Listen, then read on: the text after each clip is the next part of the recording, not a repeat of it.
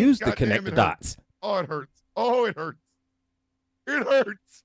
Hey, first of all, I should have known my grandma was gonna do this. Cause let me explain to y'all how my grandma used to argue with my granddaddy. Oh, right? Well, how they God. used to argue with each other. Oh my God. Okay. Now- All right. Here we go. Here we go. My grandma cheated with my granddaddy and then became his wife. Okay, All right. Okay. that's okay. what she did. Okay. All right. Now they would argue, and they were that old couple that would call each other she Fred, but he would call her mama. Okay. All right. Well, okay. I don't know what they Okay. were arguing about one day. Now there was a hallway that went into a back room past the door to the basement, and there was a bathroom down there, and it led into the kitchen, and then there's like a little walkway you could go through the kitchen, through the breakfast nook, out into the dining room. My granddaddy went and got a dining room chair and sat it right where those two convened. Okay. My grandma looked at him. And the only reason I saw this is because I wanted a snack. I was coming from one direction to get a snack, and my other brother was coming from the other direction because we was both going to ask for a snack, and then we was going to split it so we could have 2 snacks each, right?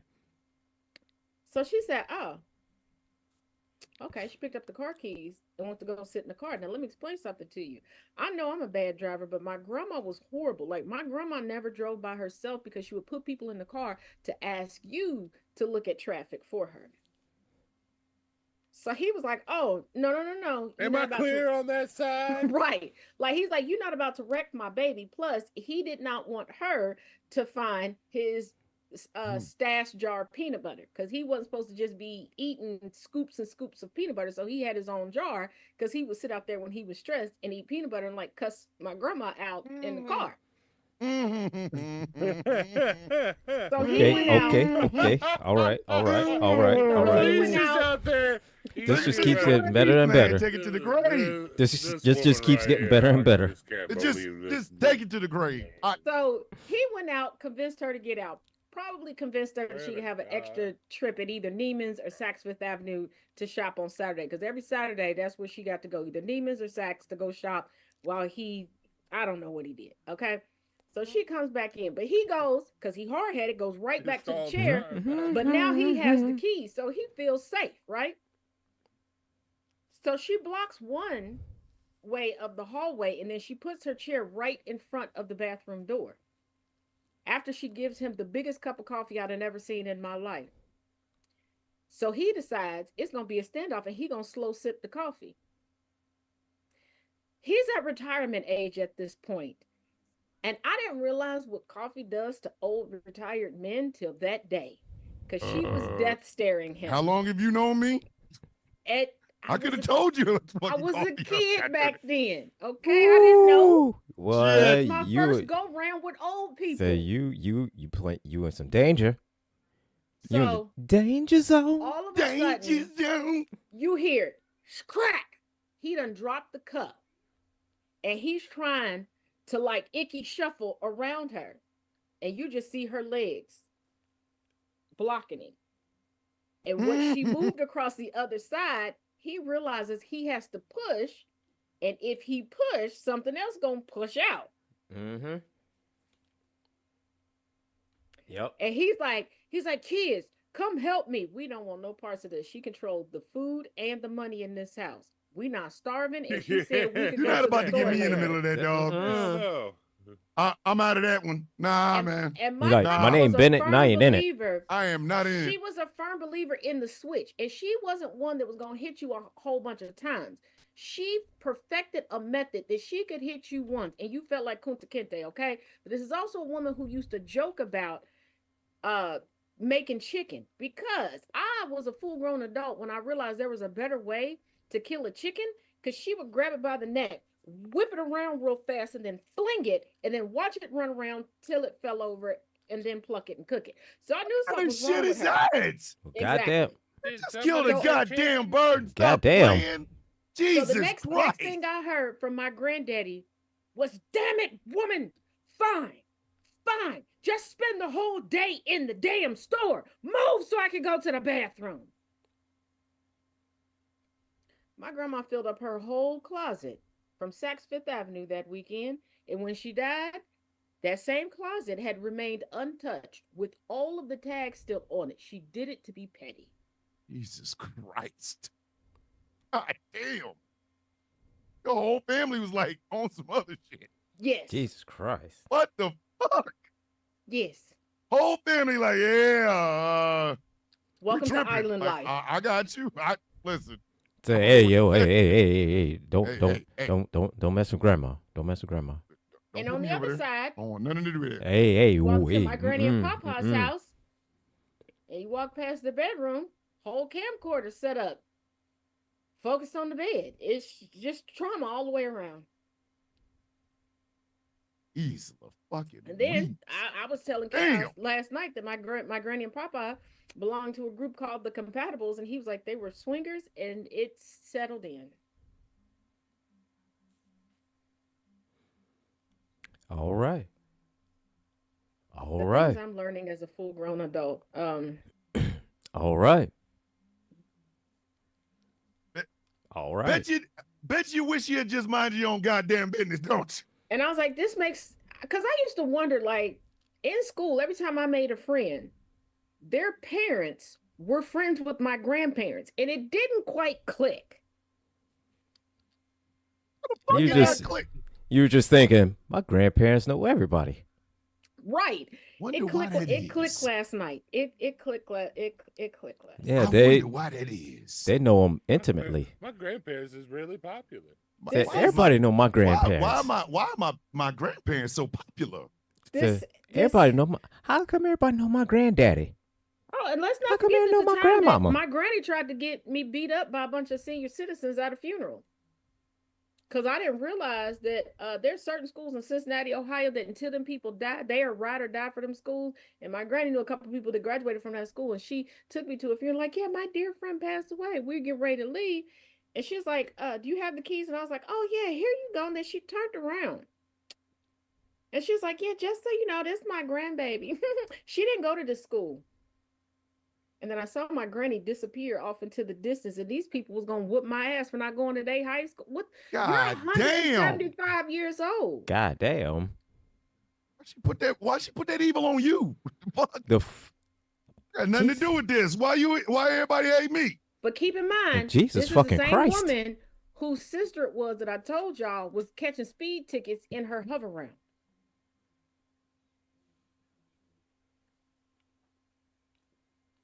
How? That ran into the pastor one time, because I don't know what the pastor said to her, but all I know is that she backed up and then she went forward. Angry? Are you seriously fucking telling me? Angry? Are you telling me right now? Angry? You looking at me right now and you telling me that there's this woman that had a hover round, a goddamn hover round, and she got a speeding ticket from a hover round? She would, okay. Remember when I told you that my aunt was asking me to experiment with stuff? Remember I told you that she crashed into the garage across the street? Well, we finally figured it out. We perfected it. Don't contact me regarding souping up your hover rounds. I had to sign paperwork saying that I would never do it again in life. Okay? And I can't tell nobody how to do it either. That's the ultimate timeout. But she did. And the reason why I got busted is because she backed up and then revved up and ran into the past. Now, did that's they some deserve it? Mythbuster shit. But I wanted to see if I could do it, and I should have asked her more questions as to why she wanted me to do it. That probably should have been my first. Yeah, I should learn how to ask more questions before I agree to do stuff. Rambo. Let's see if we can RC a wheelchair. Rambo. I was down for the I have challenge. not. Rambo, goddammit. Like, I got y'all nothing. Y'all ain't never had a relative that like issued you. No. Like, No. But I mean, she offered If I had me, a relative that was running around here racing people on a goddamn rascal scooter or some shit, and it, I'm leaving them wherever the fuck they are. No, I can I'm honestly say I've never had a relative that has got a speeding ticket from off a rascal scooter. I mean, never. I mean, look, in my defense, there's a defense to she this. she did take me to go get truffle chili cheese fries. How is that? What in the fuck is it with this exotic ass food? We had truffle chili cheese. Fuck. Hey man, It was Hey, man. delicious. Chili cheese fries. Hey, Just man. regular chili cheese. Don't put the truffle on. Hey, top. man, don't knock the truffles. I am not knocking shit. I'm Don't- just asking. Don't knock the truffles, are man. delicious. Don't knock the truffles, bro. Just asking. Don't knock the truffles. When we got more truffle shit. And the fuck? What? Don't knock the truffles, bro. We doing right now? Don't be knocking truffles. Truffles are It's in the delicious. season. Just like I have a beautiful recipe for truffle beef bacon jam.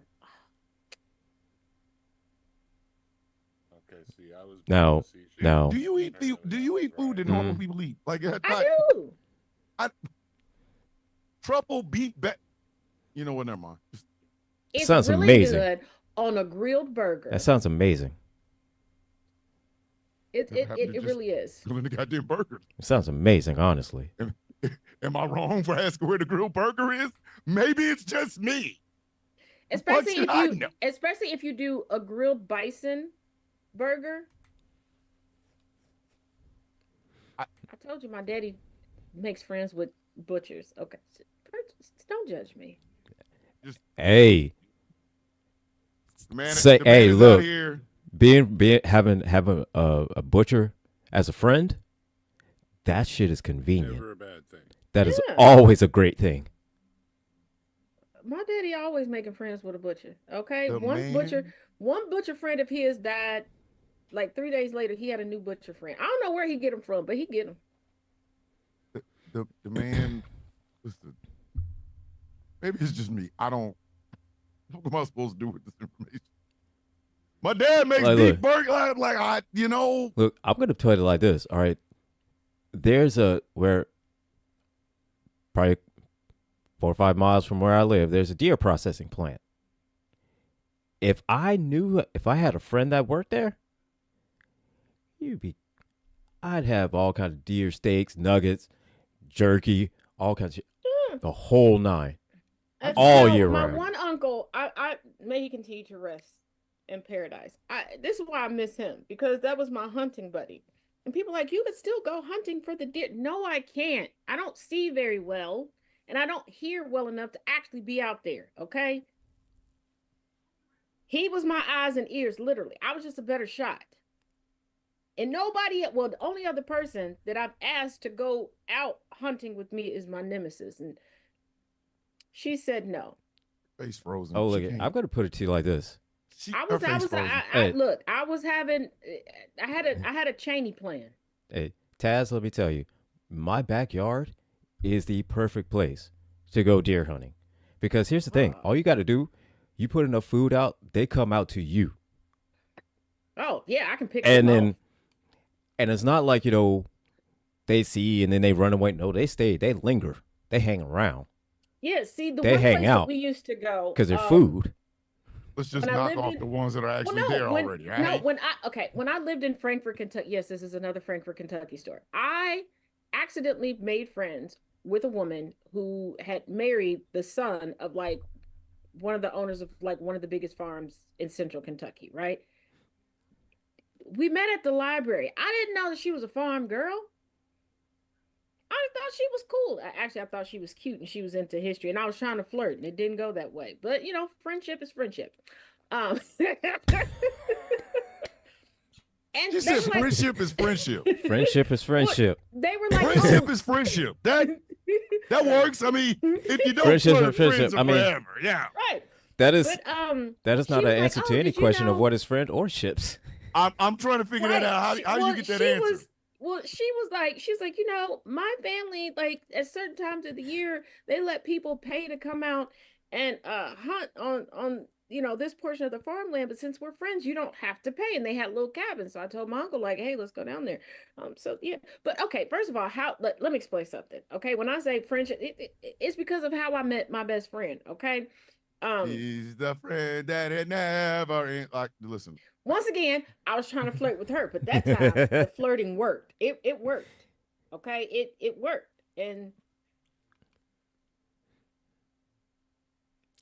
we know each other very well, but we're friends Hey now. yo, It's platonic.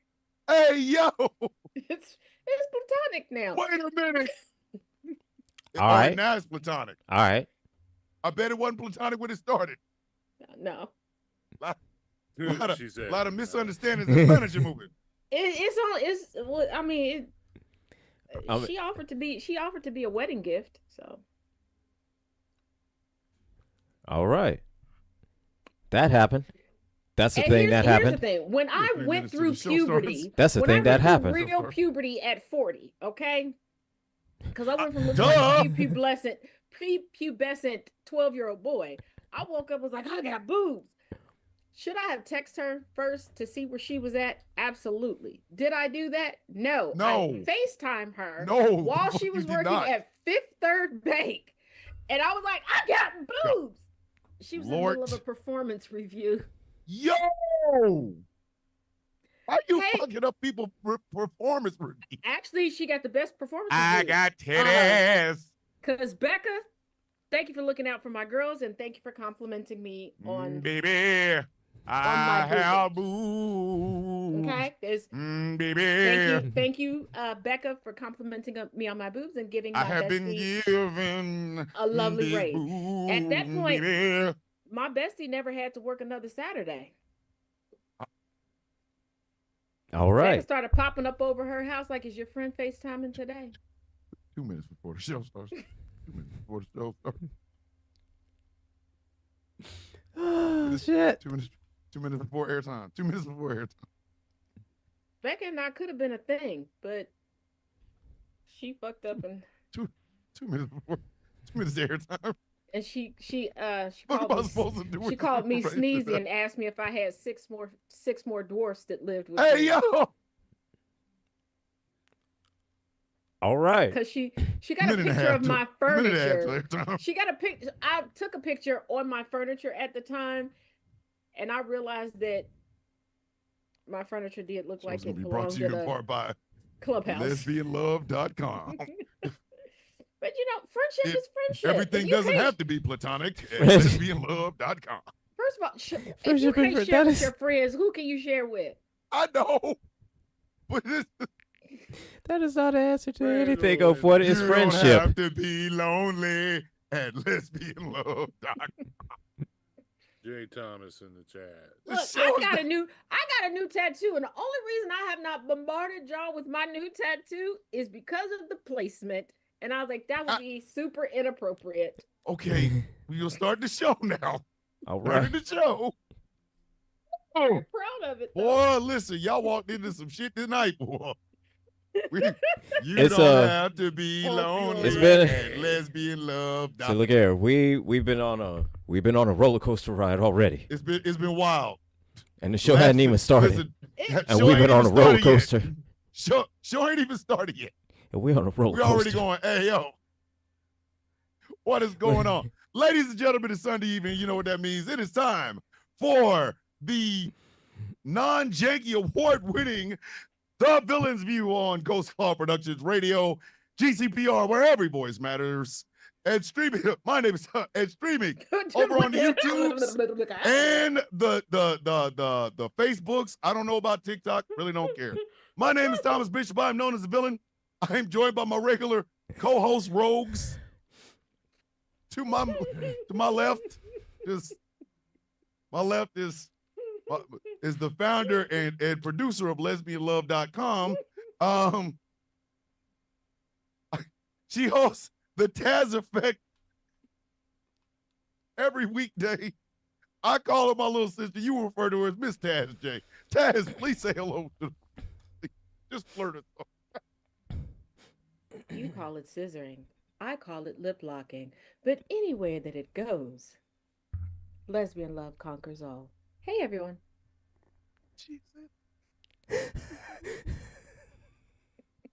To my bottom left is the angriest IT nerd on the East Coast.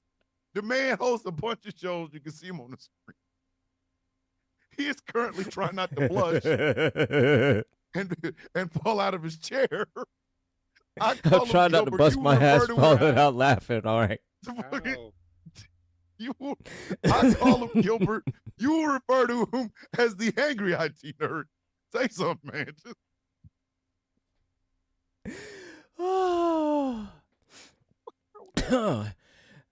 Hello, everyone. How's everybody This is a doing new tonight? record. I've broken everybody before we even start. Even Gambit is side-eyeing. Bombastic side eye. The criminal offensive side eye. Oh my God. Victory, We haven't even started the show. That's a victory. To my bottom right What competition is this? Like, is the the man with hell? the crispiest beard on the East Coast in the Midwest. Is co-host of Rules of Nerdquisition. I refer to him as my big little brother. I call him Nate. You will refer to him as General Gambit, man. Say so. Struggle love condoms. You can raw dog your feelings, not your hookups. And he starts off with a raw dog.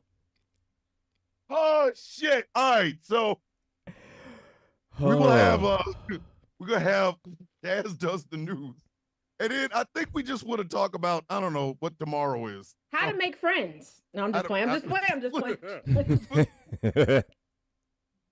How to make friends and influence others.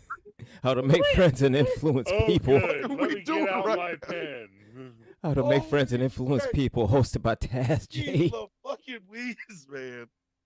Know where we are right now. This is crazy. Let's take Nuts. notes.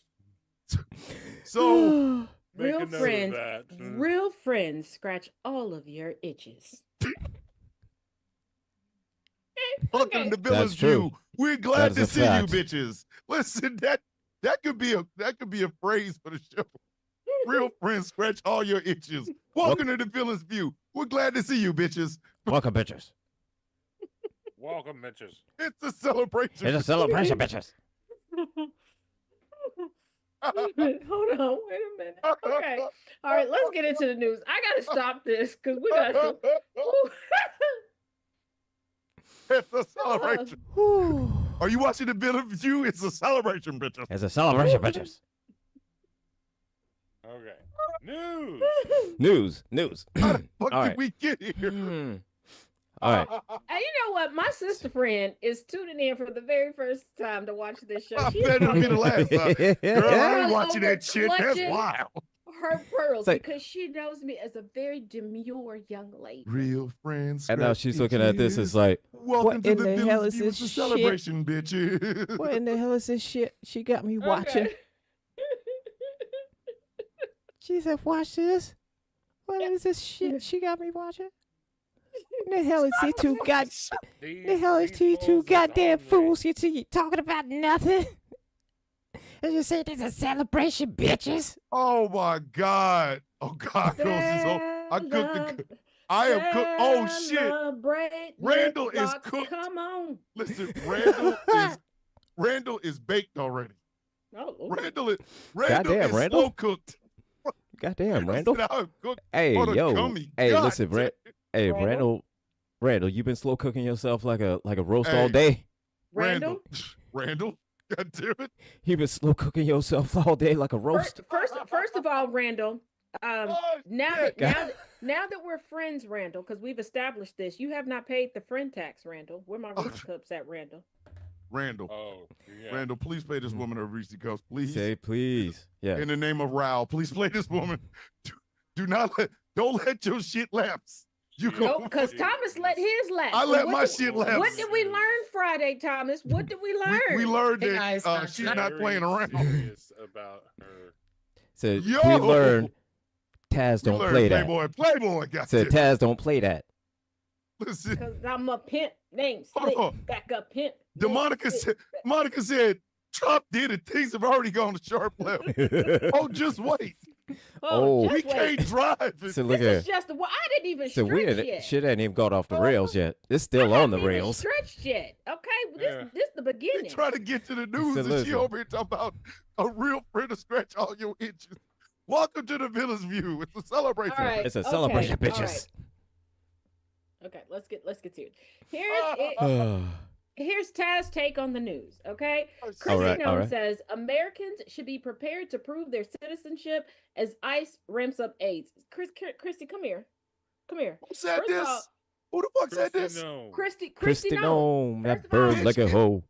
Christy, the Secret Service lets you get robbed. I would Bitch. shut up. Just shut up. The Secret Service let you get robbed. But let's Does get she really honestly think we gonna walk around with, here's my papers for being an American? Bitch, I will put my fucking nuts on your forehead, you First bony of all, bitch. doesn't Better your get the face fuck on. doesn't your face have to match the picture on your ID? Yeah. Christy, where Christy- your papers at? Because Chrissy, your Chrissy face ain't look don't like match that your in a ID. long She didn't look like that in a hot time. minute. Her fucking driver's license looked like a before and after picture. I'm just Now, saying. see, even- Before I got the Mar-a-Lago face, my face afterward. Bitch, please. You don't look like who the fuck. Christy Nome does not look like she belong here. And I'm not talking about she looked like she's Christy Venezuelan. Nome is a bird-legged hoe. The bitch look Christy Venetian. Nome is a bird-legged hoe. Christy Christy tell somebody- Nome is a bird-legged hoe. Be That prepared to- hoe has got to go. Listen, be prepared to prove that your citizenship. Bitch, I'm blacker than a trillion midnights. Fuck, what do you want me to do? Pull out a picture of Roots? Fuck you. First of all, and Silly. if you raggedy prove that I'm bitches, hey, report listen. me again. So listen, bitch, do you Report hear me my again. I'm accent? paying all of y'all a visit. Yeah, So you hear my slight country twang and the accent and when I you know talk? what I'm saying? How the fuck you think? No, Bitch, I sound like I went to a public education school here in America. Shut the fuck up. I sound and I You want talk me to like I prove went to a I public belong fucking. here? I sound and I talk gonna like I do? went to a Deport me to public Costa goddamn Rica? I education wish you fucking would. school here. So I'm, of course. Listen. Fuck you, dumb bitch. Listen, I will walk up in a nice ass suit and start talking like Al Pacino was Tony Montana. I said out there. Let's get into the article. All right. Numbers. All right. Homeland Security Secretary Kristi Noem is pushing back on reports that federal agents have asked people to prove their citizenship as ICE operations continue in cities across the United States. Speaking to reporters outside the White House on Thursday, January 15th, Noem was asked why ICE and border agents have seemingly questioned people about their citizenship status and whether she expects Americans to carry documentation in case they are stopped. She said, and I quote, "In every situation, we're doing targeted enforcement. If we are on a target and doing an operation, there may be individuals surrounding that criminal that we may be asking who they are and why they're there, having them validate their identity." First of all, me being an innocent bystander does not mean that I need to be ID'd. But I'm gonna tell y'all the most shocking thing that I found about this whole thing. Kristi Noem is 54. I'm sorry, what? Kristi Noem is 54. The bitch is the same age as me. Yo, why does Kristi Noem look preserved? I Kristi read. Noem look like a body that's. I'm pretty sure that's kind of hard to tell because Now, most Bitch of look her body is exactly. under the age And of now 18. y'all know when I'm trying to body confirm before they stuff, I mummify have it. no problem randomly asking people. And I did a little bit of digging, and I was like, okay, she, lived in this area. She's from this area. So I was asking people like, hey, can you confirm this? Because, a lot of times you get people's ages from Wikipedia or whatever, and I want to just verify, is this true? Christy, people you went to high school don't like you. I'm gonna just put that out there. They don't like you. And many of them, damn. and I'm gonna put it as politely as I can so we don't catch a strike. They're calling you Nancy Reagan 2.0. Oh, damn. Kristi Noem looked like Chemotep 15 minutes after they put him in the box. And they're insinuating that you didn't exactly allegedly pass all of your high school classes, that you gucked your way into passing grades, allegedly, because I couldn't confirm it. Kristi Noem looked like she wakes up every morning in scarabs. Because she's got a blanket of scarabs. Yeah, some of the teachers that they named, I don't know if they're still alive. I don't know if they just don't have social media. I don't know if they're on some obscure social media site that I just don't know about yet, but I couldn't find them to confirm. Because was I trying to confirm? Absolutely, because I don't want to confirm. Please don't confirm that. I wanted Joe Hotels, Christy, because I wanted to know how somebody with a Popeye's level of dryness cooter biscuit was able to pull this off. Because you had to leave somebody with sandpaper Vienna sausage. Like, why would they want to come back? But then I realized I had to remember, as Tazzy Farms does, that you moved into a military base with your affair partner, not your husband or kids. So Yes. Since she out here wanting people to demand they fucking papers and show that they fucking are American citizens, I demand that she get off Corn Lewandowski's dick. I said it. Everybody in the room knew it was going. I'm saying what everybody's thinking.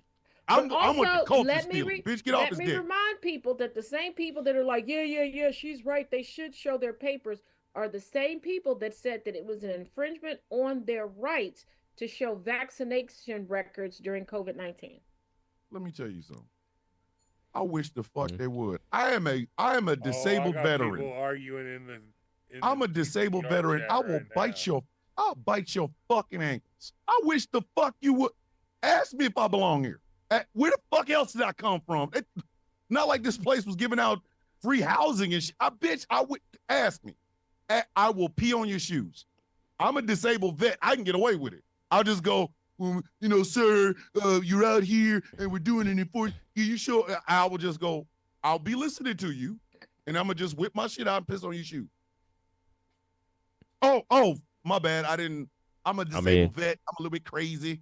What the fuck I look like at you?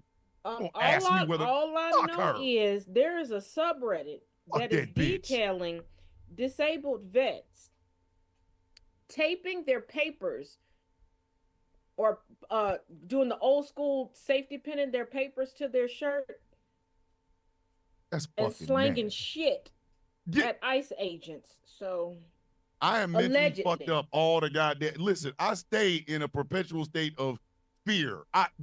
Ask me that shit. I will shit on your shoes. You have papers? Yeah, I got enough paper to wipe my ass. You don't get the fuck on. Continue. Out here looking like Hemotep. Why that bitch look like a dried out fruit roll up?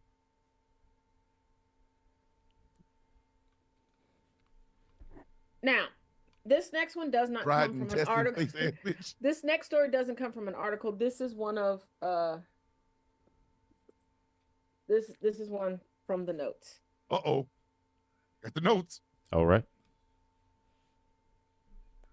Hey, Jake Lang got his ass whooped. Bet he stay home. Yeah. That's the next one that's going to come from the notes. But I'm gonna sit there quiet. The children of Greenland are having nightmares because they think that we regular schmegula American citizens are coming to invade them because of Trump's threats. I want to say this, okay?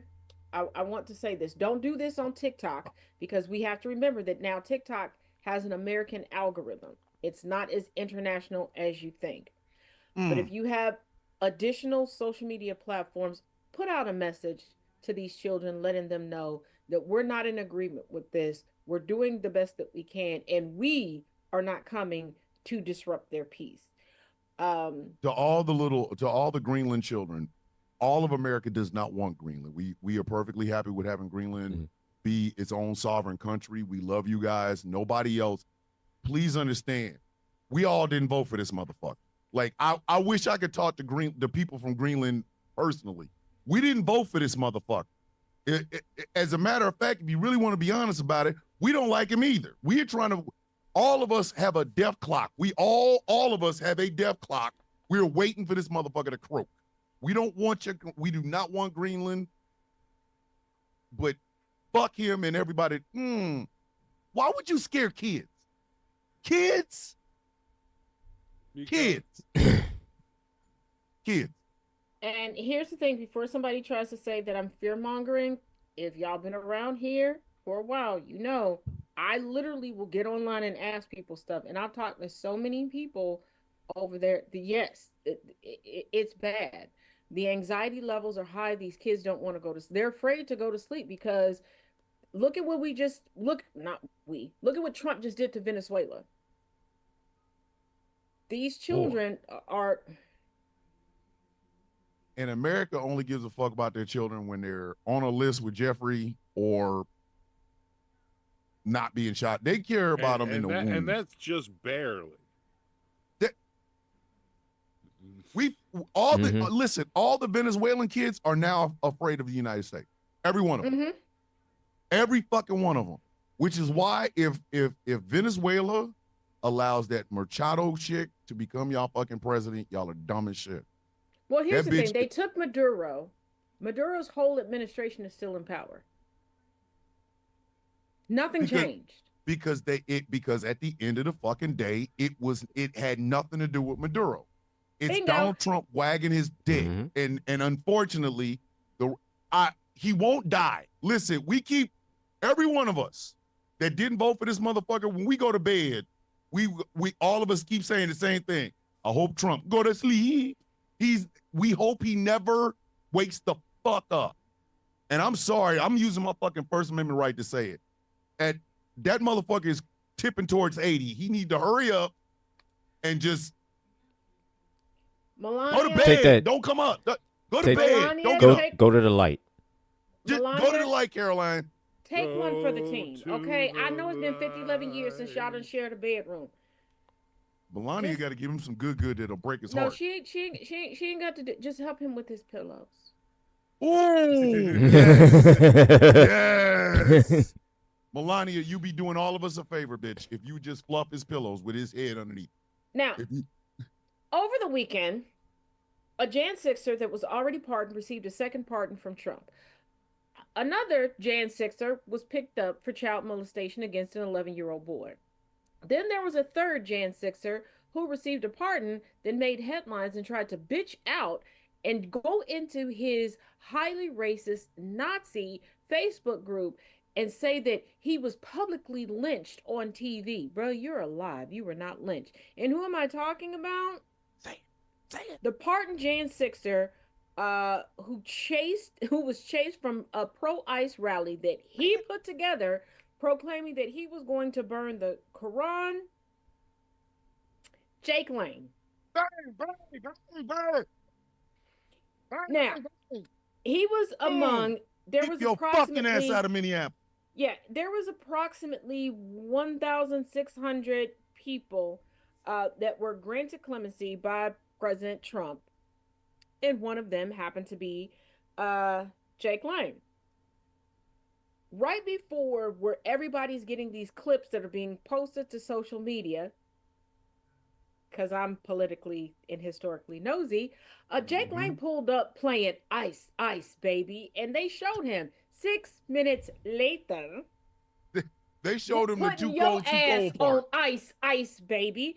And for those that are getting things wrong, a lot of people are seeing a black man pull Jake, and they're thinking that this black man is protecting him. I need you all to realize that there are organizations that are predominantly manned by black men to de-escalate and keep tensions low, because let's not forget they shot a white woman in the face. What you think that they're gonna do if they pull up and see black people, even if the white person is the aggressor?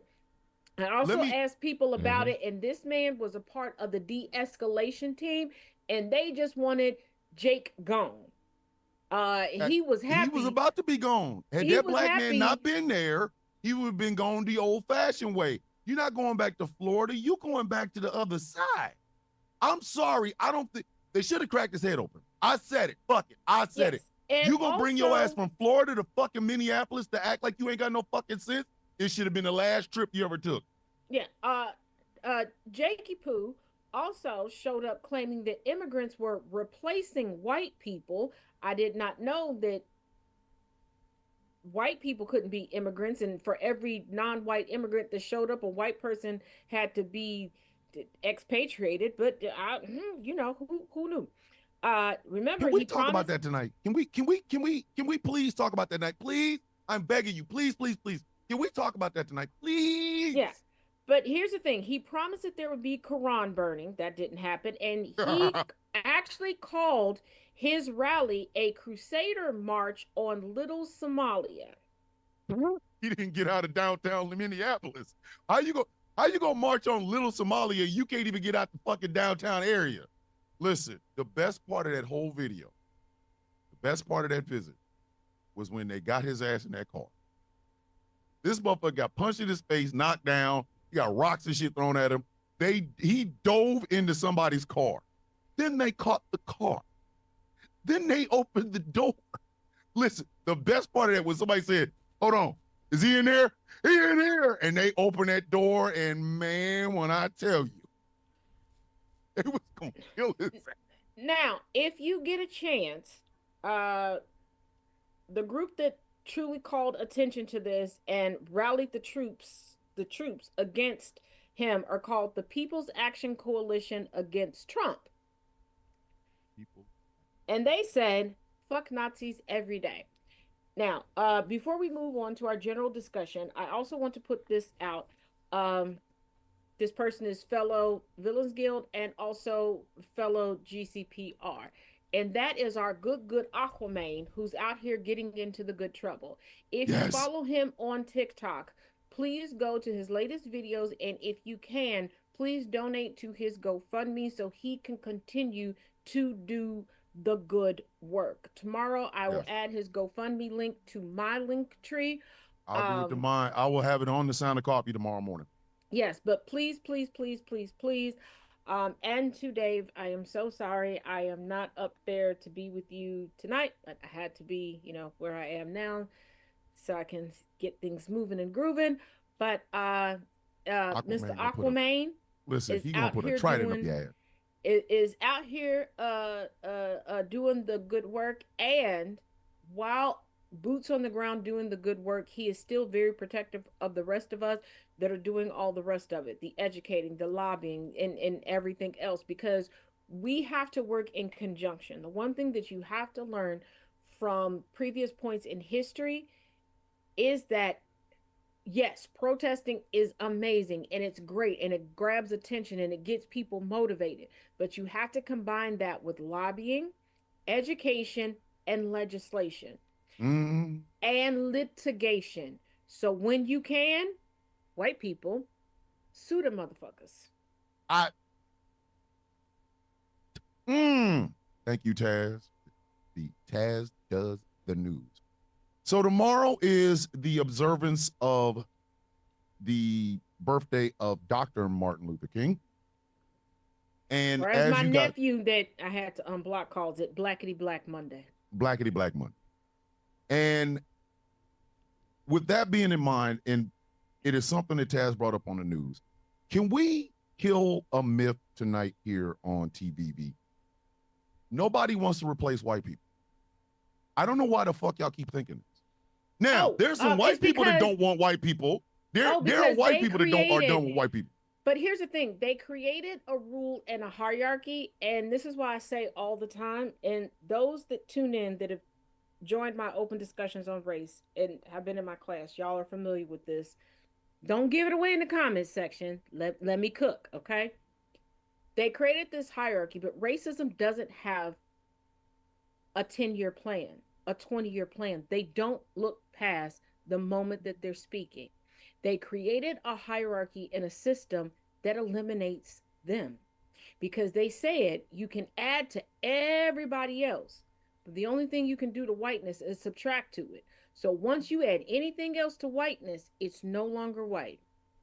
They did it to themselves, and that's why they're terrified, because they know deep down inside, they like seasoning and everything that they do, even down to the oochie coochie. But the problem with this is, because I was watching something on YouTube a couple of days ago, where they were talking about the great replacement theory. And then there's a book that is really expensive. You're not going to be able to get a copy of it. I'm telling you right now. It's called The Birth Dirt. The Birth Dirt talks about how by 2045, 2050, the majority in the United States will be either black or brown or both. It will be a majority black or brown. So what the video I was watching is they were talking about the great replacement theory, and the biggest fear that a lot of white folks that subscribe to the idea of the great replacement theory, their biggest fear is retribution. For whatever reason, since the chains came off, white folks have been teaching their children, and their children have grown up, had kids, and teaching their kids that one day the white folks will be a minority, and we, those of us in the black and brown diaspora, we're going to treat them the way they treated us. Problem is this: there has never been an example of this. Never. In fucking just 100 years between 1865 and 1965, there was no proof of this. None. In the 100 years between 1865 and 1965, the majority of violence that was done based on racial lines was from white folks towards black folks, white folks towards brown folks, white folks towards Asian folks. There was never any example of mass black folks. All of a sudden we get Nat Turner in us and go, it's time to kill Whitey, it's time to kill Whitey. That shit's never happened. Dare say all. At all, like none. Here's the thing: when you keep lying to yourself and others that you are the bar that people are jumping and clamoring to hold on to, that's what you believe. White people are all about retribution. White people are all about getting that get back. This is why the United States exists. They couldn't do what they wanted to do over in the UK, so they came over here to stick it to mommy and daddy, and we're gonna get our get back together. We're gonna do this, and they assume but you know why? Because it's exactly what they would do. And here's the thing about that. That's the thing. Okay, so think about it. If white people will be violent, the roles were reversed. If the roles if the roles were reversed, there's never from the get-go. Yeah, there's if never situation were reversed, they do the same thing to us. They do it to us. There's never been an example of it ever fucking happening in American history. So how the fuck has this bullshit lie survived past buckle shoes and powdered fucking wigs? There's never been any. Black people have always maintained we do not want extra. We want fair. That has been black folks' argument since day one. All the conversations about reparations has never been about I'm gonna go next door to Cletus. I'm gonna steal Cletus's shit for reparations. It has always been the fact that every time the United States does something to a major group of people, they pay restitution to them. Now, I've always maintained, and I've maintained this shit long before there was a TikTok or I had a voice on social media. There isn't a number big enough that you could fucking give me that will wash away every ounce of fuckery that just the McCormicks, not even the Kearses, because that's my mom's side of the family, just the McCormicks have been through. And to try to say that there's a number that you can give me is insulting and disrespectful. So my thing has always been, why not, instead of talking about money, why not break down things like, for example, that little clause in the 13th Amendment that allows slavery as long as you're being punished for a crime. Take it out. You take that shit out, all them people that are in prison right now that are working for these large corporations don't fucking have to. Let's take it a step further. Chattel slavery is not off the books in every state. No.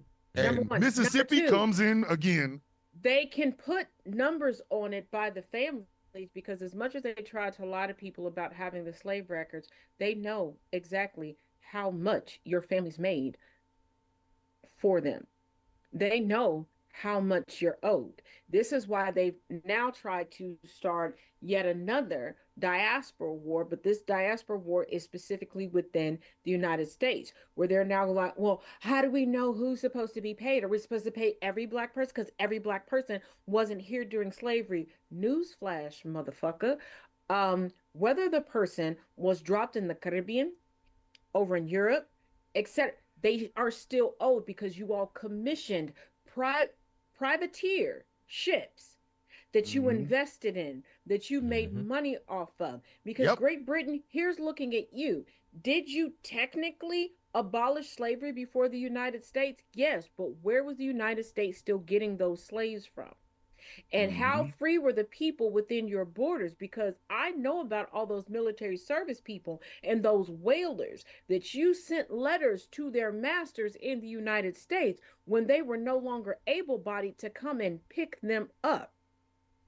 And even in the United States, we had more gradual from chattel slavery into indentured servitude than we had the actual release. There were people up until the 1960s that did not know that slavery ended. This is why we did not require Juneteenth to become a federal holiday for us. Really and for all of y'all that are sitting here bitching and complaining about your jobs where you work outside of the District of Columbia as to whether or not you're getting paid. Newsflash, the United States has not ever had national holidays, which would actually legally make it okay for you to demand payment for and double time and time and a half for holidays. They have federal holidays, which means if you do not work for the federal government or the military or within the confines of the District of Columbia, they don't have to pay you.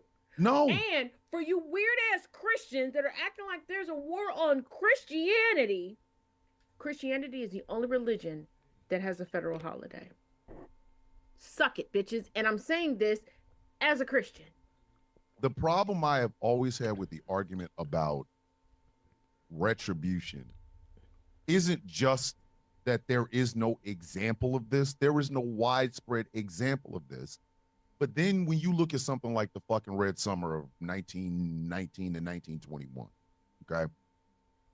Insurance companies in America labeled anytime a mass of white people attacking a black folks, they labeled it a race riot. And the reason they labeled it a race riot is because had they labeled it a racist massacre, or if they had labeled it an attack from white people on black people, they would have had to pay black people reparations for the damages that were done.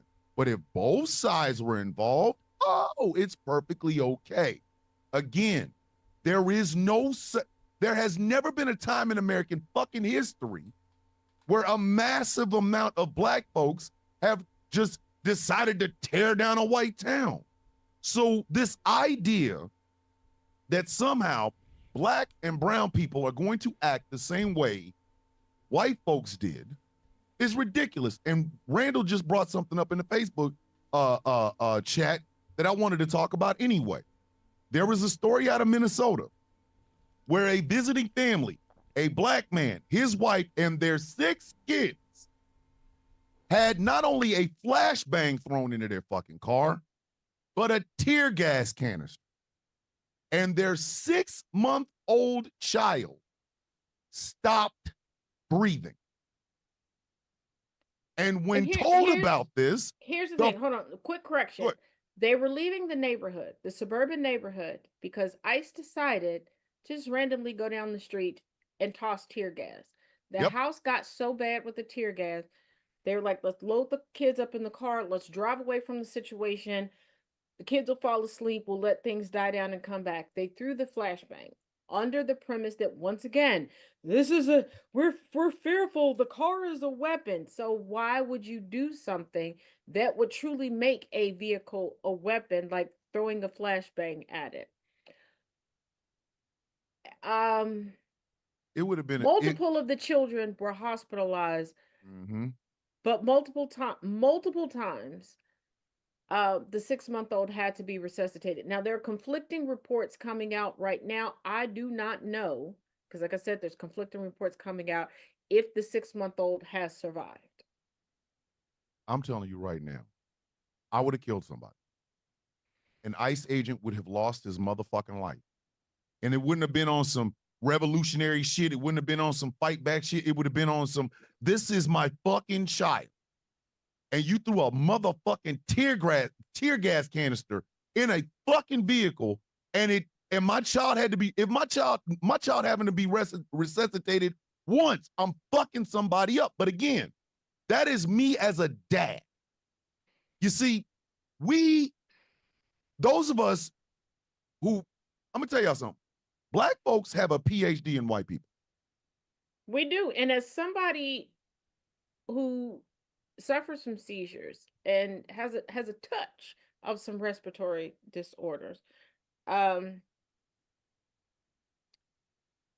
Throwing a flashbang at or near a vehicle that I'm in on top of tear gas could be very dangerous. And I'm not saying this as a threat. I know y'all think that black women are not protected. Okay. Okay. But I got a man and brothers, whether through genetics or otherwise, that don't play. And I have one particular brother who has said, and he said this publicly, and he legally documented it.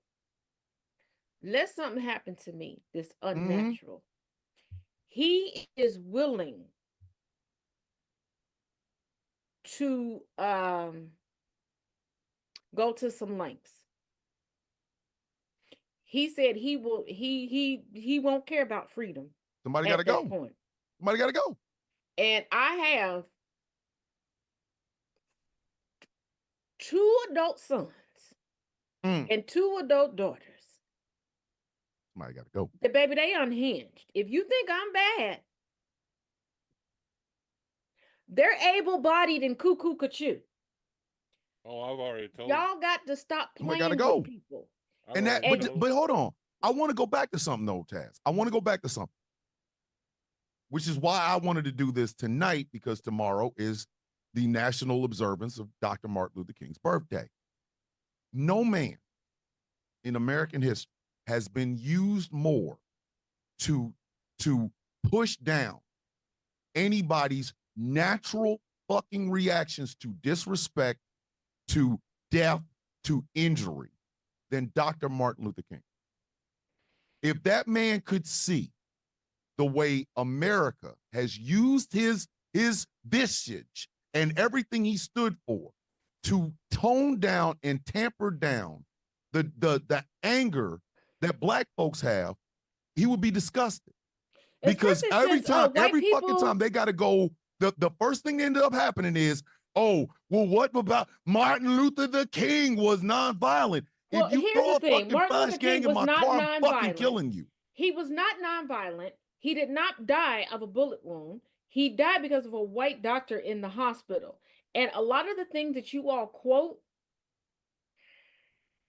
you're intentionally being dishonest, because he was very intentional in all of his wording. And this is why y'all don't quote everything, because y'all don't quote his letters. Y'all don't quote his sermons. Y'all don't quote multiple of his speeches. You quote the speech that was geared towards legitimately his children.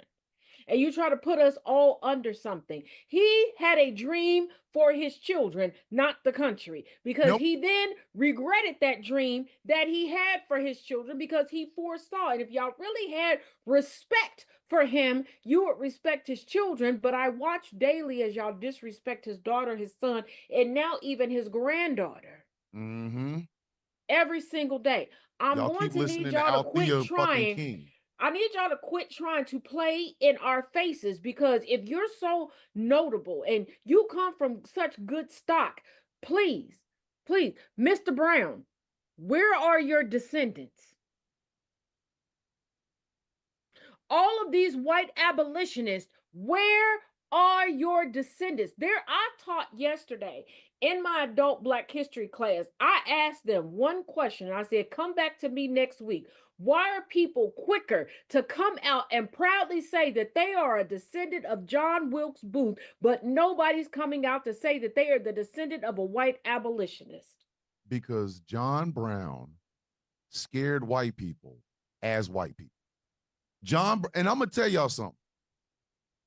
I'm going to stop saying, when it comes to black folks, I'm going to stop saying there's certain people that Harriet carried a pistol for. I'm going to ask you, where are the John Brown? Here's the thing. Where the fuck are they? I don't want a John Brown, and let me explain why I don't want a John Brown. A lot of these abolitionists that are propped up were not abolitionists because they were anti-slavery, because they were still anti-black. John Brown couldn't hold down a damn job. He was so in debt, he just like fucking his wife and popping out babies. He got multiple They of do. his sons killed because he had no forethought. He used and abused a black woman millionaire in order to fund his not fully thought out raids and plans. He moved his family from state to state to state and was like, abolitionism, I can make a name for myself. He wanted the biggest, baddest raid. And he said it with his own words that were documented. It wasn't even about black folks. This is why y'all don't align yourself with white abolitionists, because when you dig into your own family histories, you know that they were no different than the racists. The abolitionists are no different than the white self-proclaimed leftists of today. Yep. Yep. Far too many of y'all talk revolution, but y'all can't even do a revolution in your house. We would The not only have revolution to keep they got going on is, what was that Beatles song about revolution? That's all they got is a tune. some of y'all who call yourselves allies, y'all are ready to go out there and fight for this and fight for that, but you don't like the people that you're fighting for. And a lot of y'all won't even start your revolution in your own fucking house.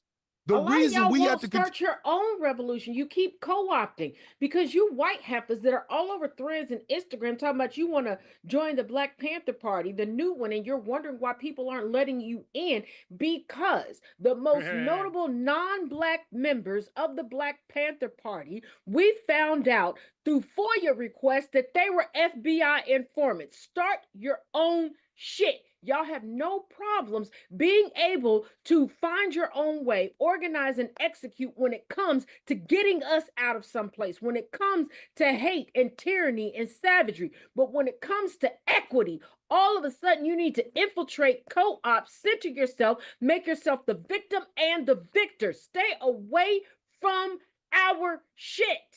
But that's the thing, though. That is again, it is the bastification of everything that Dr. King stood for. What we have right now is a lot of pussy brave motherfuckers.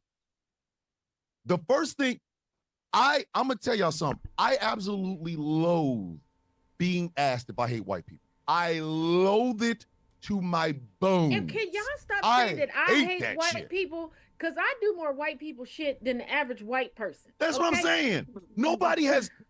Listen, there are two things in life. Gambit laughing because he knows it's true. Listen, there are two things right now in life that we do not have fucking time for. A, asking a black person if we hate white people. We don't got time for it. And B, your fucking guilt. I don't want your guilt. I've never wanted your guilt. As a black man in America, handing me your fucking guilt is basically like pissing in my coffin. I don't want your fucking guilt. Nobody wants white guilt. Nobody's asking for it. We have never asked you to apologize for being white. What we have asked you over and over, we've said it elegantly, like James Baldwin. We've said it at ghetto, like the Ghetto Boys. We've all said the same fucking thing. Fix this shit. And you know the shit you need to fix because you continue to ignore it to come and ask us, well, why do you hate white people? I don't fucking have time to hate white people.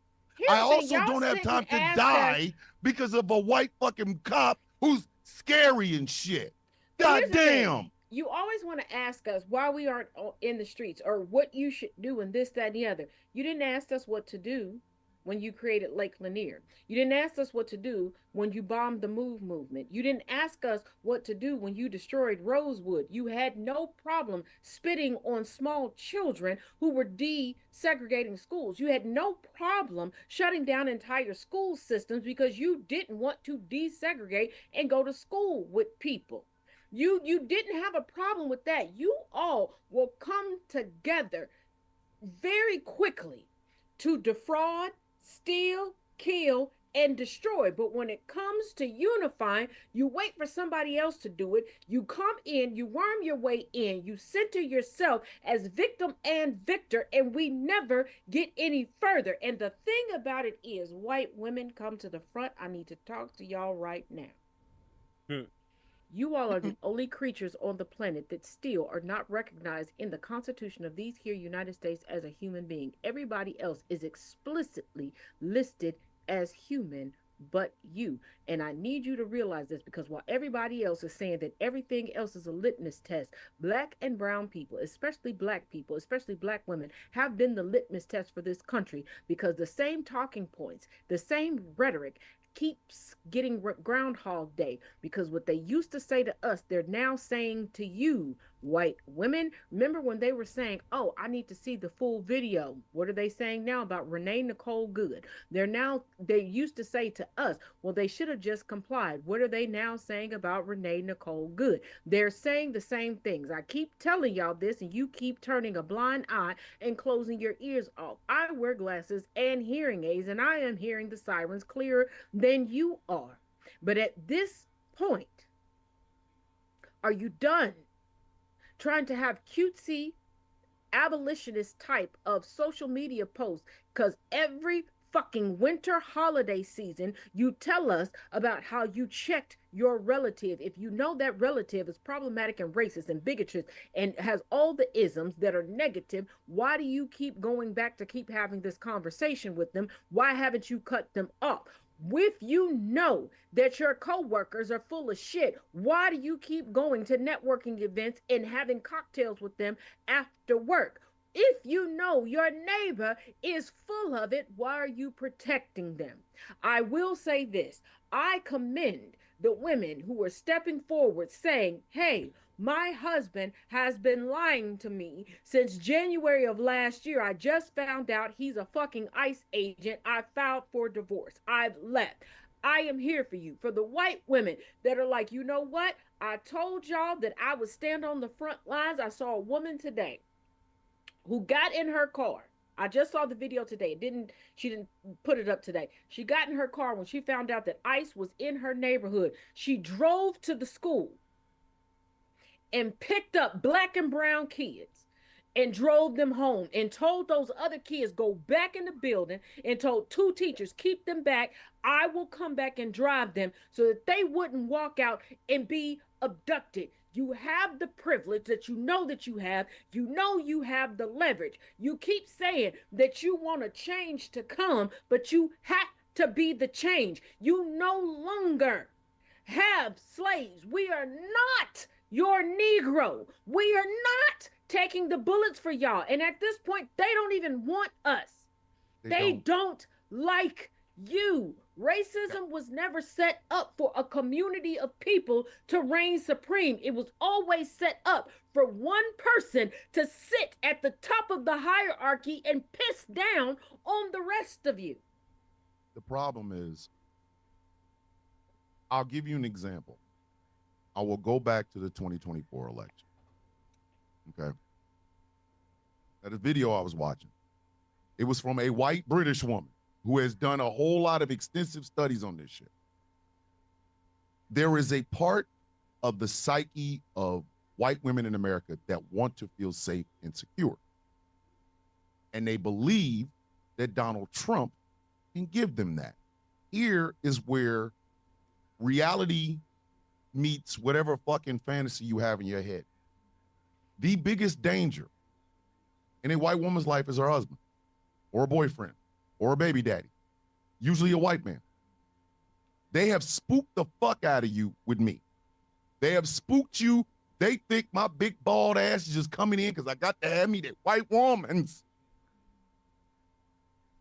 But the motherfucker that you really need to be worried about is that same fucking guy you go to bed with. Now, when supposedly, and think about it, how many elections did that man was that man at the top of the ticket and the majority of white women voted for?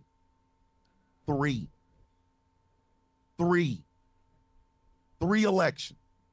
No matter what he said, no matter how he acted, no matter how misogynist, no matter how just purely unadulteratedly disgusting, the words coming out of that man's mouth, in 3 presidential elections, the majority of white women have voted for him. Now, a lot of his support, white men have always supported Donald Trump.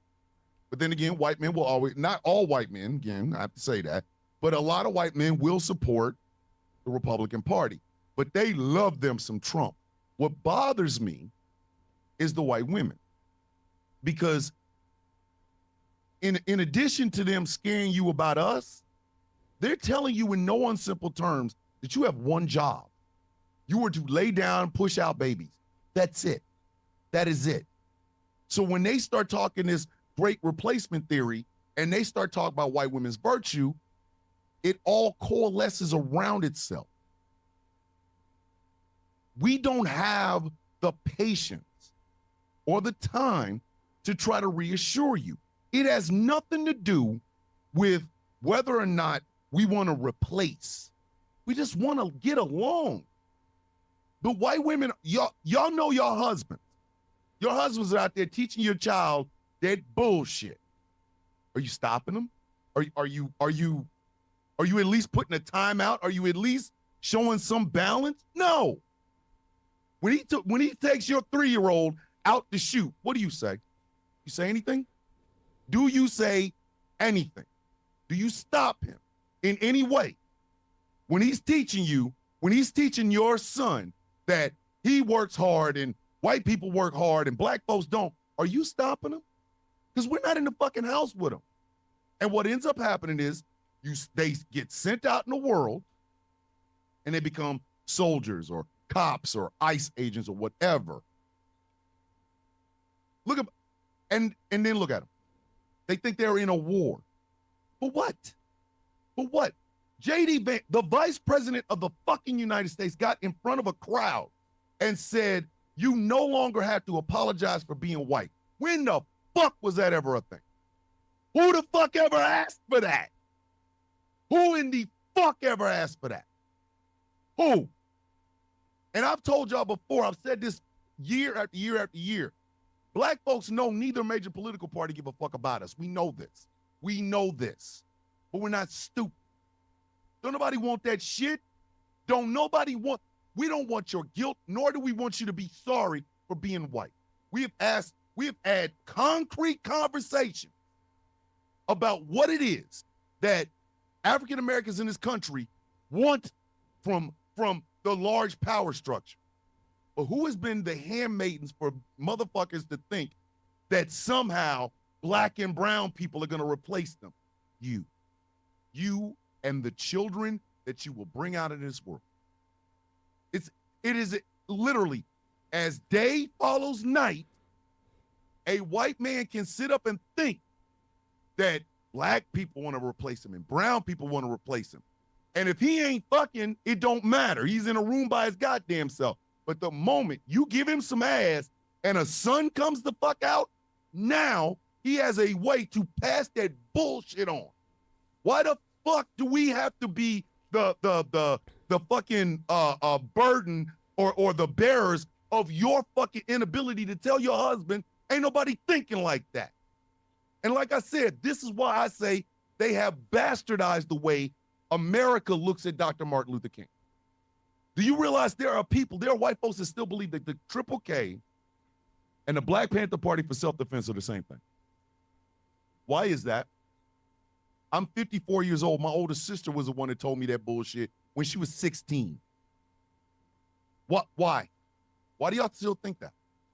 Because for whatever fucking reason, you have to have boogeymen. And if it's a man that speaks Spanish or a Negro with earrings, God damn it, we're your fucking boogeymen. Don't nobody want that. We're not trying to fucking replace. We just want fair. That's it. That is all we've ever asked for. Fair. We have only asked to be treated like fucking human beings. They threw a fucking flashbang and a tear gas thing into a car full of black children. Tamir Rice didn't even get the dignity of being picked up and had handcuffs put on him. They didn't even stop the car when they killed that boy. Elijah McClain kept saying, I'm sorry, to the fucking people who were filling his ass with ketamine that eventually killed him. Breonna Taylor was in her fucking bed. Sandra Bland was pulled over for bullshit. Sonia Massey, she had fucking mental health problems. And what did they get? What the fuck did they get? And yet, here we go. Every time, oh shit, they want my stuff. Or, oh, you want me to feel bad for my skin? I don't give a fuck about that. I've never given a fuck. Never. What I have given a fuck about is this. Treat me like a man. Treat me like a man. You better see that I'm black when I walk up on you. But you will treat me as the fucking man I have been since I was 18 fucking years old. Shake my hand. Ask me what I want. If you disagree with me, fine. Fucking disagree with me. But the moment you try to start bringing back bullshit racial tropes that my grandfather heard, I'm going to fuck you up. If you touch my kids, I'm going to fuck you up. If you touch my grandkids, I'm going to fuck you up. And I have every goddamn right to do it. I get so fucking tired of this.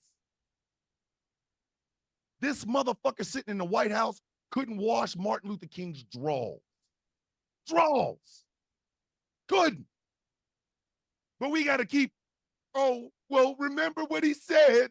Content of character. So when we judge you in your fucking character, why do you go to your skin? Why? Why? Why the fuck is it that y'all still believe 20, 30, 40, 50, 60 years from now that somehow if you are made the minority, we're coming after you? I'm 54 years old. I have been a veteran of 2 branches of the motherfucking military. I mentally cannot handle going out in crowds anymore. All I want to do is live out the rest of my motherfucking life with my woman, play with my kids and grandkids, make good friends, host fucking shows on this fucking radio station. I don't want your shit. I don't want I don't want white guilt. I've never asked for it. I have never asked for white guilt. Never.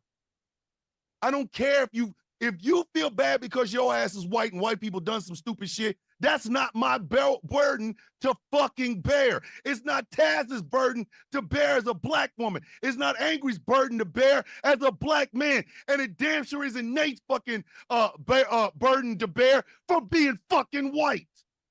We have only asked for fair. Do not see my color and think, oh, I'm gonna judge him off of these stereotypes. Judge me fairly. Judge me like you would judge any motherfucking body else. If you're going to market yourself as superior and a savior, prove it. Prove it. Because if you're superior and you're a savior would bring in equity. Equity. A superior would not have a problem with diversity, equity, inclusion, and accessibility, because that wouldn't take you out of the competition realm. It wouldn't do that. But you know that that's not the truth.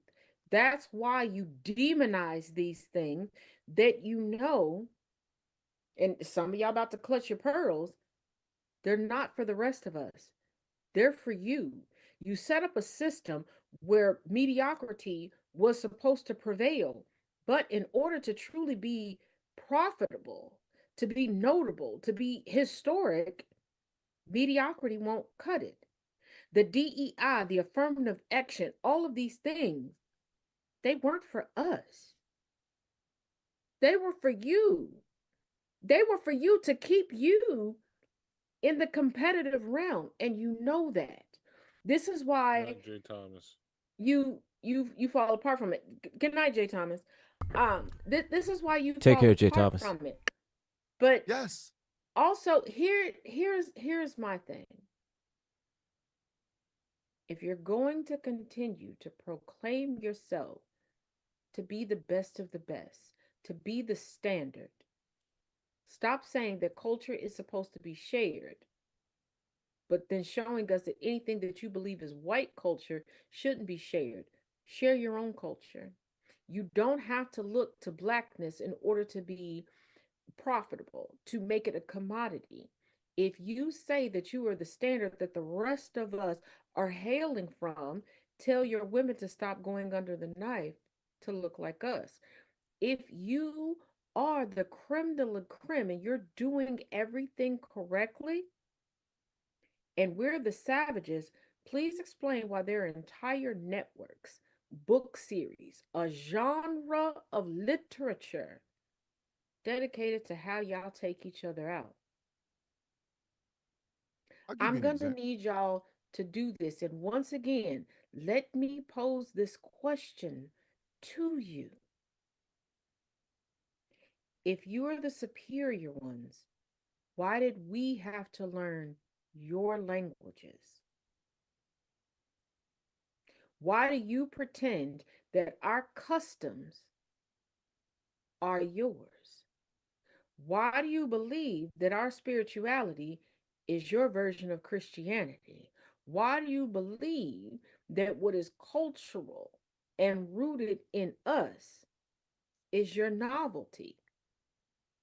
Why didn't y'all stitch together into a quilt of whiteness all of your collective heritages that you put under the umbrella of whiteness?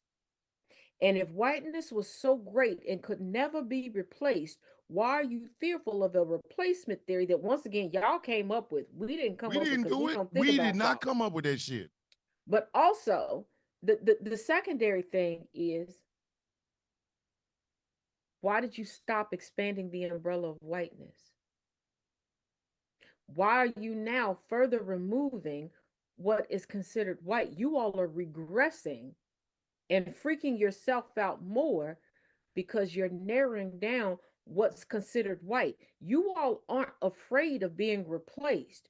You're afraid of being relabeled. I will give you an example of the shit that I'm talking being about. irrelevant. Exactly. Now, that part too. There's a. Oh, and Thomas apologized again, but he's not white. He is light-skinned it. He's light-skinned it. Night, April. I'll give you an example of what I'm talking about. There's a gentleman in Clarksville, Tennessee, by the name of Dalton Etherly. Right? He has Snidely Whiplash's mustache. Dalton, this is what Dalton liked to do. He liked to be packing his gun, his Second Amendment, right? Then he would go up and intentionally fuck with people. He would intentionally go up to black folks, call us niggers, call us chimps, say, look, they chimping out, they chimping out, they chimping out. And he would film himself doing it. He would film himself doing it. Well, white people started getting real mad at this motherfucker. They started really getting mad at this son of a bitch, to the point where they kept calling the police, calling police, calling police. It wasn't black folks who was doing it, it was white people. So Dalton finally gets arrested. And what's the first thing that the judge says? You cannot have your weapon. You cannot have your weapon. Now, he had Chud the Builder, some business where he built shit. That shit went under. People started showing up and stopping, like they didn't want to have any business with him, right? But he's out here, they're chimping out, right? So when the judge took away his weapon, you know what else stopped? Him fucking with people. He stopped going around fucking with folks. He stopped it. He stopped going up to black people, calling us niggas, calling us chimps. He stopped doing it. Why? Because he didn't have that Second Amendment on him. He didn't have his gun. Yeah, he wasn't. He was a coward, a fucking straight bitch. Now, Dalton made a video. Where he said, I'm using my First Amendment right to free speech, and they're stopping me from carrying my Second Amendment right. But what Dalton doesn't tell anybody is the fact that he would go out and intentionally antagonize just so that he'd have a chance to shoot somebody. Now, it was white folks that took him down. It wasn't black people. It was white folks. I signed a petition. I can even show it to you. The change.org petition to have the Clarksville, Tennessee Police Department pick this motherfucker up. But he's mad. Where was he mad at? Here. Charlie Kirk is another example. Charlie Kirk was the most racist motherfucking podcaster ever. A white man shoots Charlie Kirk in the neck in the whitest state in the union, in one of the whitest campuses in America. Yet the next day, who got bomb threats? Black colleges, HBCU. Well, But just somehow, like there's an ICE agent out of Minnesota that lied to his family and his congregation while being a member of the clergy of a church about being an ICE agent. They found out today. Protesters rolled up and was like, "Hey, y'all know he's an ICE agent." They started leaving. think about it. They got y'all out here scared that black people will come up and pick up your kids. But there is a story, and Taz, you can look this one up, where a white ICE agent was sexually molesting a kid, like a little kid, like a fucking 5 or 6 year old or something, that he held this child hostage. He held this child hostage. Thomas, we're up to 15 of those right now. So explain to me, how are y'all still getting traction out of the the bad black guy that's going to leap out of a tree and take your woman? How are y'all still getting traction out of that? How? Oh, I'm sorry. You don't get it anymore. Now it's a trans person. You see how that works? It's You the see same how that playbook works? that they keep applying to other things to make people feel like, okay, I know I'm being oppressed, but if I oppress these other people, I'll feel better. It's no different than the school bully who's being abused at home. But here's the thing. Here's the thing, y'all. It doesn't stop your abuse. Your it doesn't stop your oppression. It doesn't. You picking up these tenets and going with, because his name eludes me, but the coon that got mollywopped at the one rally. Oh, you talking about Andre Williams? Yeah, Mr. Man that got bitch slapped out of Minnesota. Andre Williams been hanging out with him. That's his friend, and he's out here throwing up the Nazi salute right along with this man. Dumbass. Here's the story. An ICE officer admitted to raping a woman in custody for months. He did this in exchange for letting her see her daughter.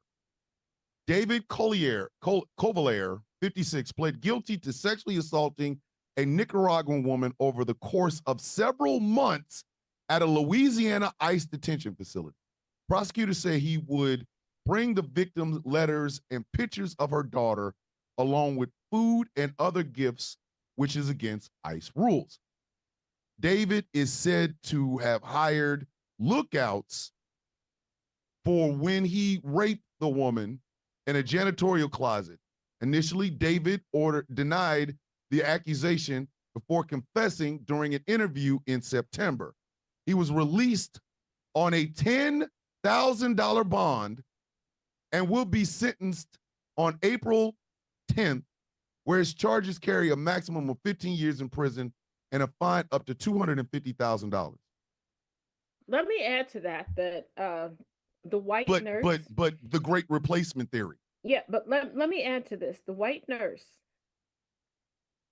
that was going into the NICU and intentionally and purposely breaking the bones of specifically black babies was also released on $25,000 bond.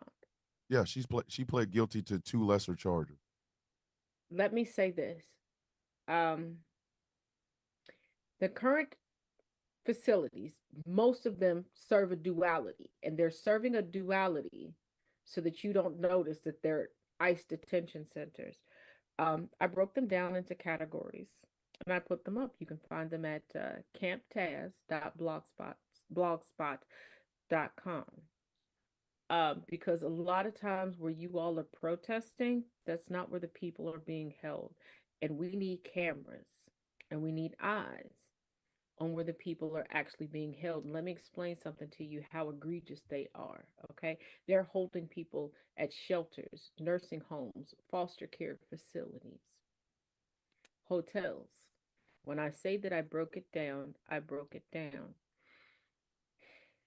I'm just Let me wanting to know, how also can we be more violent than that?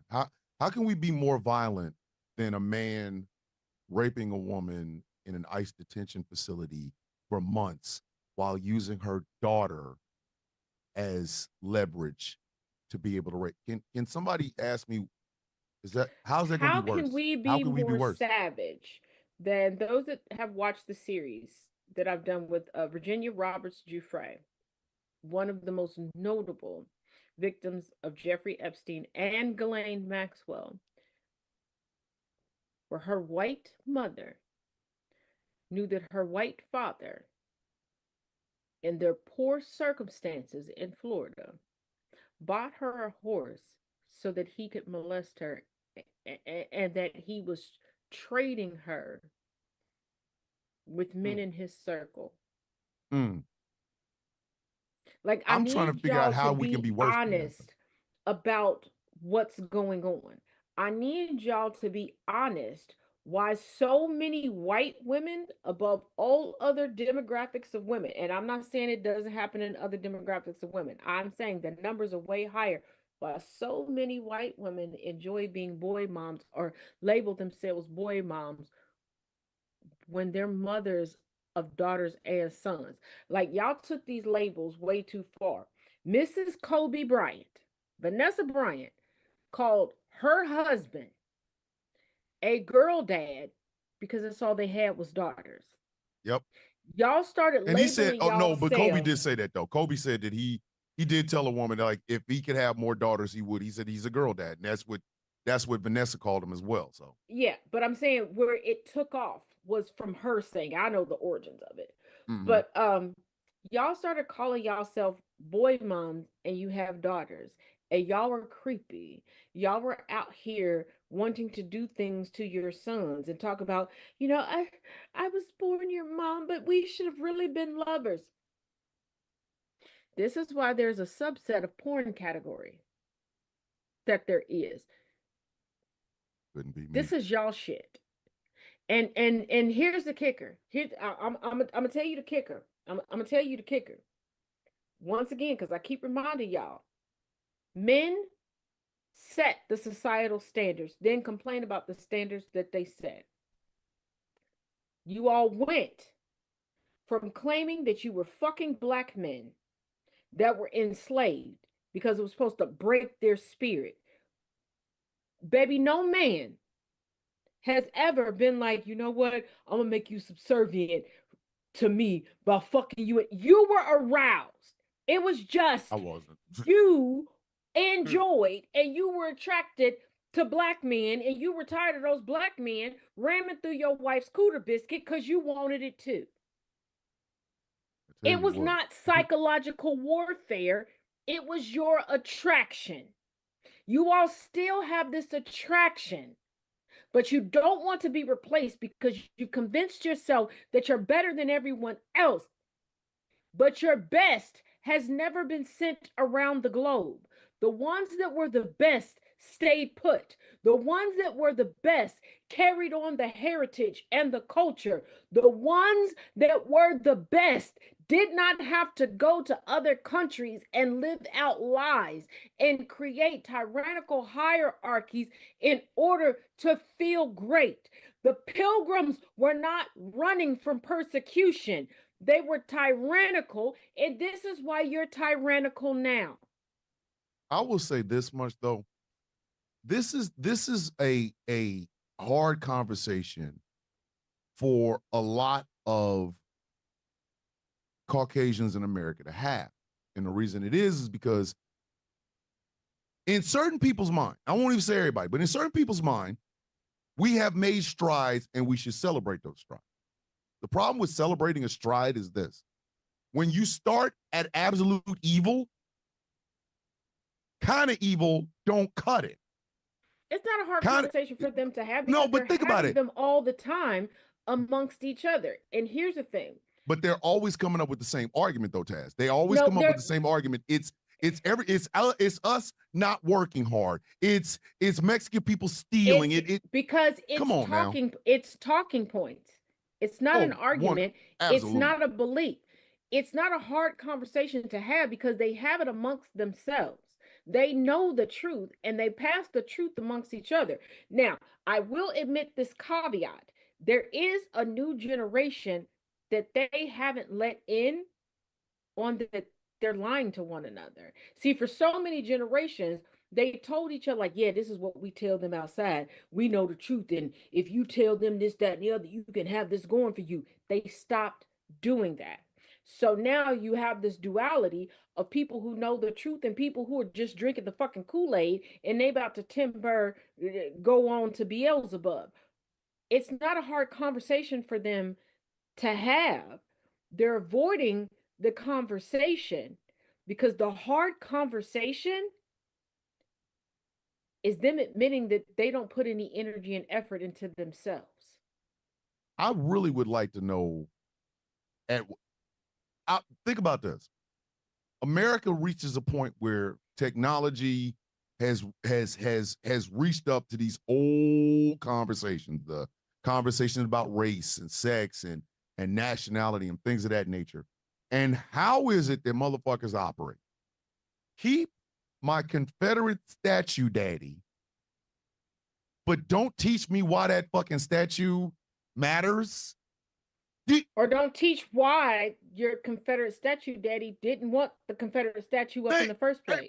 Exactly. So you will run over Heather Heyer and you will fucking march in Charlottesville with fucking tiki torches to not have these statues taken down.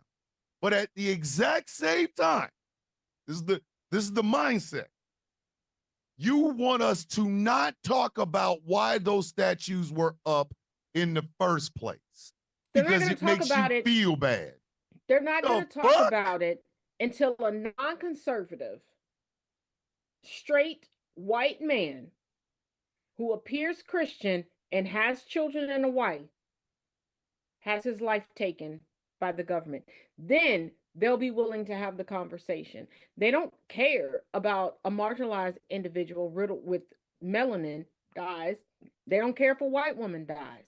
We've seen this 101 times. But if it is a white man, think about what Ezra Klein said, though. Remember if it's a white man, and I know a lot of people are like, but Charlie Kirk, that's why I say it, a non-conservative. It has to be somebody that doesn't fit the mold, that's not fighting back, that's just going about their life, that dies by the hand of this current regime.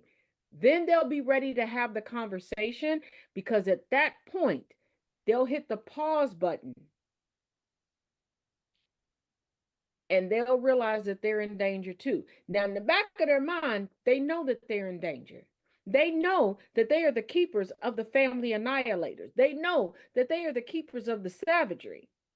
And what they fear most isn't quite the replacement theory. It's what I call the Phyllis Wheatley theory. What they fear is just like Carolyn Bryant. In 2 generations, nobody will know Carolyn Bryant's name. And many of y'all probably don't know this. The majority of Carolyn Bryant's family right now is Black. The fucking thing is, I think about Ezra Klein. After Charlie Kirk was killed, Ezra Klein does this fucking op-ed in the Atlantic. Charlie was doing politics the right way. You have got to be fucking kidding. So, and that's when Ta-Nehisi Coates gave that motherfucker, handed that motherfucker his head on a platter, I was cheering, because Charlie Kirk, supposedly, according to Ezra Klein, was doing politics the right way. He wasn't even doing politics. Exactly. You mean to tell me a fucking a college dropout racist was doing politics the right way? So what exactly way was he doing it? Well, let's see. When he debated grown adults that knew better, he got his motherfucking ass whooped. So he started the college circuit. And then, even with the college circuit, it was not for education. It was all about, let me get the clicks and the views and, oh, this will look good. Fucking Dean Withers and Parker and the rest of them jackasses was chasing this fucking college dropout on college campuses. But that's doing politics the right way. So the way Taz does it must be wrong, because Taz doesn't go to fucking college campuses. She will tell you exactly what the fuck is going on. She gives you the who, the what, the where, the when, the why, and the how. The way Gambit does politics obviously must be wrong, because Gambit will literally show you, here's the shit you said. Here's how it's not fucking right. The way Angry does politics must be wrong. And it's thousands of people like that. But for some reason, Ezra Klein did not want to touch on the fact that Charlie Kirk said a bunch of racist, misogynistic, xenophobic, and homophobic shit. The clip farmers over at Turning Point USA, because Charlie Kirk never won a debate. Never.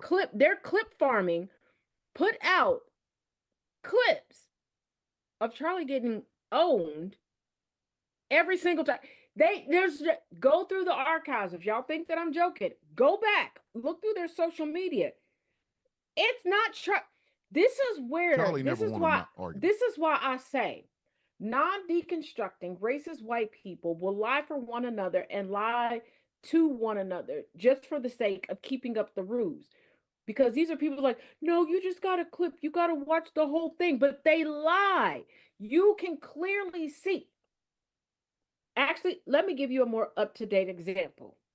The people who ride for Pearl, who we just discovered is a baby mama. And we also just discovered that Pearl is stupid. Yeah, that she's sitting there and people are like, yeah, you won. This is what happened. This was wrong. No. People, they're going to lie. They will lie to you to your face. When people say, oh, well, Trump lied to us. No, they lied for the sake of Trump. You watch it every day in real They continue to do it. Tell the truth about it. But then there's something that I realized after a conversation that I had today. I had a hard conversation with somebody that I was trying to support. And I realized this person wants to white woman and wants to hide her racism by piggybacking on a black woman being dogpiled on the internet.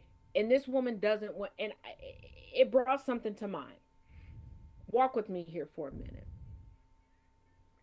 These same people, just like with Pearl, that they'll lie. These are the same people who cheered on at the RNC, the mass deportation now signs and all this stuff, trying to say, oh, they're not shocked. These are the same people that said Trump speaks plainly, but decided to interpret for us.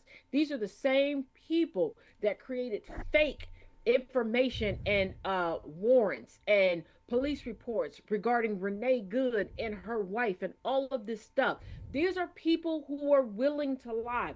And having a conversation with this woman, I apologized multiple times because I realized in this situation, there were 3 of us in this situation. All 3 of us were wrong. I wasn't going to nitpick. I just said, you know what? I was wrong. I'm going to apologize. This person kept doubling down, doubling down, doubling down. MAGA and what we're experiencing right now, and I'm going to keep saying it until people get it. They want to be the victim so that you feel sorry for them, but they also want to be viewed as the victor. And if you think I'm joking, look at Trump himself, the head of the beast right now, because Trump will position himself as a victim. All of his cronies come out and lie for him. And then he pretends that he fixed everything, because remember, he said that he stopped 8 wars when in all actuality, he stopped historically sound, he bombed 8 nations. And we're not even at the one shit. We're not at the 1-year mark until Tuesday. I want y'all to think about this for a second. I'm not even going to talk about Obama. I'm not. I promise you I'm not. I'm going to bring up every president before Barack Obama. Has anybody in their life ever seen more excuses made for the commander-in-chief of the United States than we've heard in the past over 10 years with this motherfucker being on the damn scene? I have never, and I'm serious, I told y'all, my favorite president is. He surpassed Mr. Polio. Oh my God. Because they had so many excuses with President Polio, and he has exceeded. He has exceeded that. He's gonna be nobody. Every single fucking time, it's an excuse for Trump, an excuse for Trump, an excuse for Trump, an excuse for Trump. But he also, because this is the other half of it, he also wants to be looked at as the best ever. Motherfucker, I'm sorry. Good husbands do not have to have people making excuses for why their wife caught them in bed with another woman. Good husbands. Let me put it to people like this. They constantly I don't know about anybody else on this panel, but I know this is true for me, and I know this is true for Thomas. People have hung us out to dry because of the actions of people that we were friends with or people that we had conversations with online. People hold grudges over years and to this day for things we had nothing to do with. There are people who refuse to follow us, watch anything. If they even hear our voice, or see our name, they are willing to block those people. But there are so many people who have excuses for the egregiousness of Trump. I remember I was hung the long way, split down the middle, and flipped inside out. Because I took to TikTok and told people not to jump to conclusions and wait for somebody, a GCPR member, okay? I said, wait for them to be able to speak for themselves. That's all I said. I didn't know the facts of the matter, and I was just like, hey, maybe wait for this person to speak for themselves. To this day, I still get hate messages behind it. I was told hate messages by just saying, let this person speak for themselves. But y'all got 101 excuses for Trump. And I need y'all to realize you have those excuses for Trump because you want somebody to have those excuses for you. Yep. I will forever remember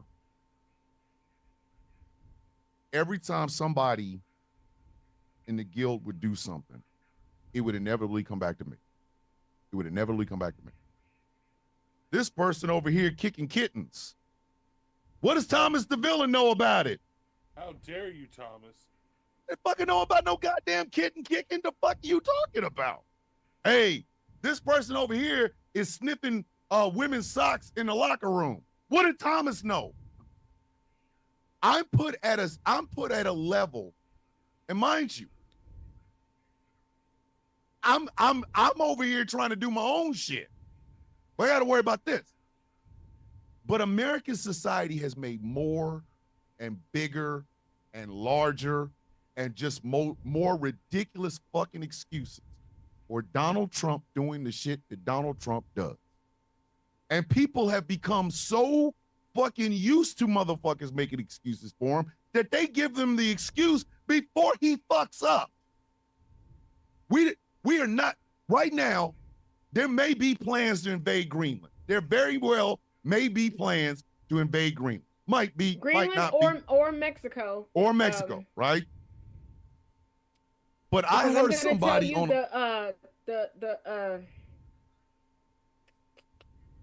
okay, the word just escaped my head as I said that. And or Colombia. But no, down here in Kentucky, where the military is, I can't think of the word. Fort Bragg. No, that's North Carolina. I'm tripping. No, no, the individual. I don't know why I can't think of it. But anyway, they're on high alert. Mm-hmm. And Okay. I'm not gonna. Don't. I have been given good information that they're told that maybe by the end of the week they may deploy, but they've been given three places that they may deploy to, and they're like, why are we going there? Now, I watched, as I normally do, I scan TikTok and I hear people's lives, right? I heard a man, this was today, on a live. Somebody asked him a simple question. Why do we need to invade Greenland? The answer this man gave, and I swear for Rao, I am not making this up. The man said, we've got to get to it before Russia does. Oh, I know who you're talking about. Because he had the nerve to do a follow-up and go, it's like talking to a brick wall. Y'all don't get it. And people were like, there's multiple countries in between the United States and Greenland and Russia. Like, and Greenland is a part of NATO. Thank you. We got to get to Greenland before Russia does. But they are already making excuses. Was that Trump can control Putin. If Trump just picks up the phone and tells Putin not to do it, he won't do it. Now I'm going to bring up Obama. Now I am going to bring up Obama, and I'm going to bring up Obama like this. Over the past 10 years, when y'all have seen Trump do anything, if you sit here and tell me you have not seen, now if that was Obama, you's a goddamn lie. I will call you liar to your face, sir. That if Trump has done some shit that you have looked at and said, now that was Obama. Because Obama had to would have been like, give me a soda button, the world would have imploded.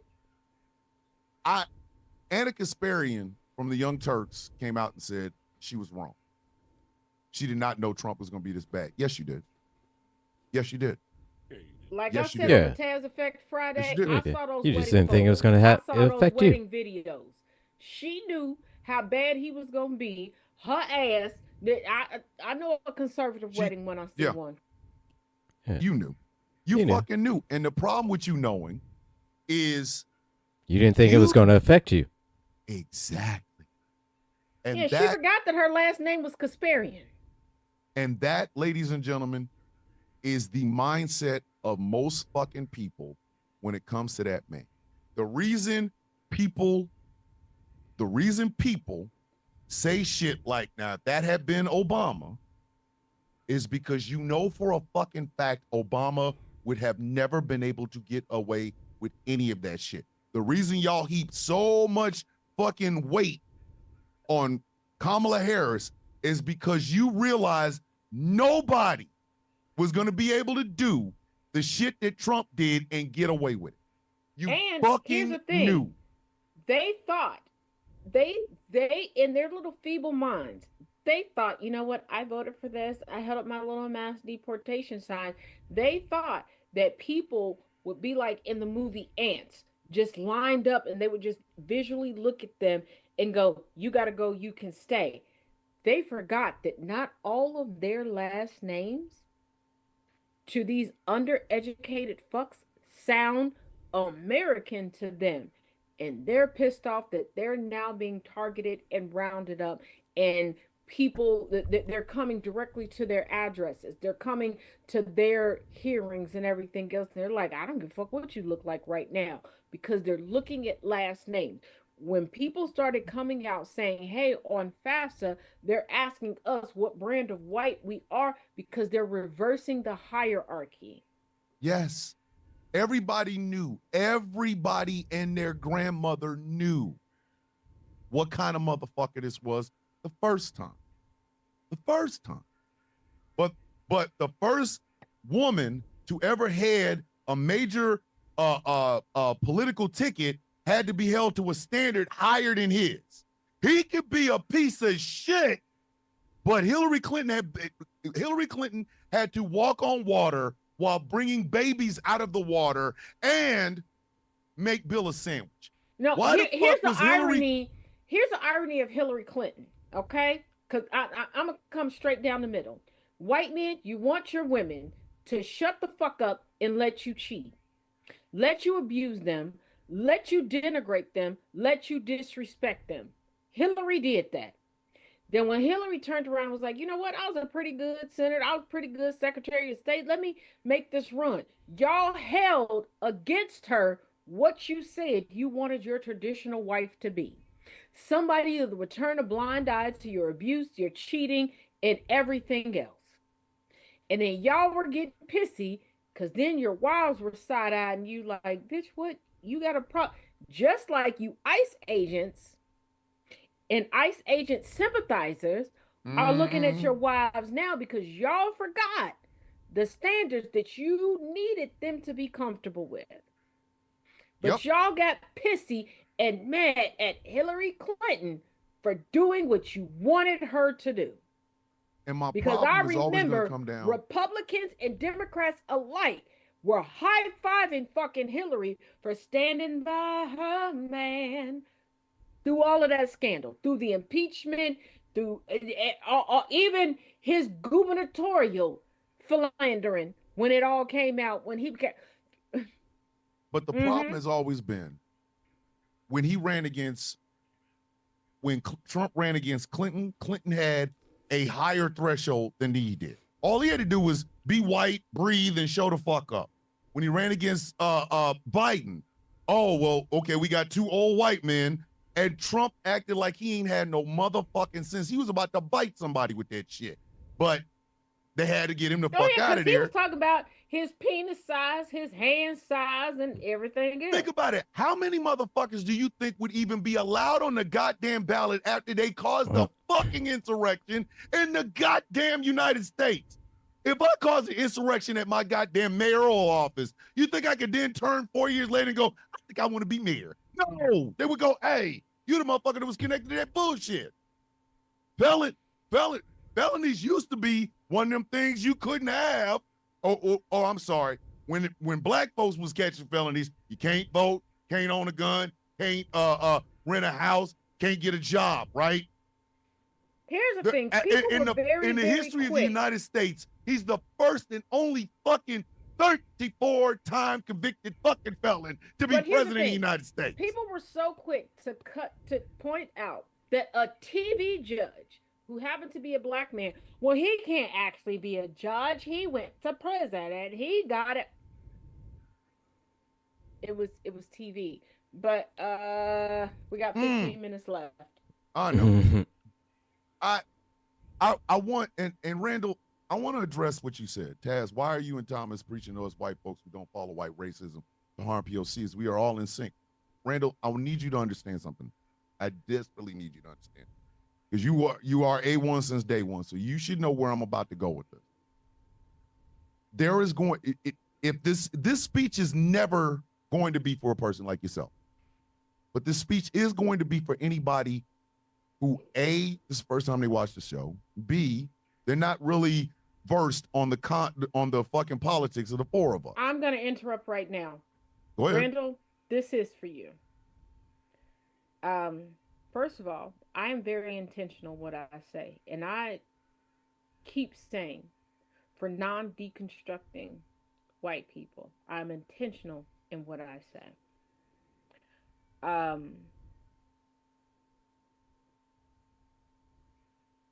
The journey you believe that you're on, Randall, you're not on. And you need to do some reconciling and you need to do some self-reflecting. And I mean that earnestly and honestly, and I mean that from a good place. And I really need you to look deep and think about what your issue is specifically with me. Because every other time we have these conversations, my name comes up. Now, you and I have been able to speak on a different show.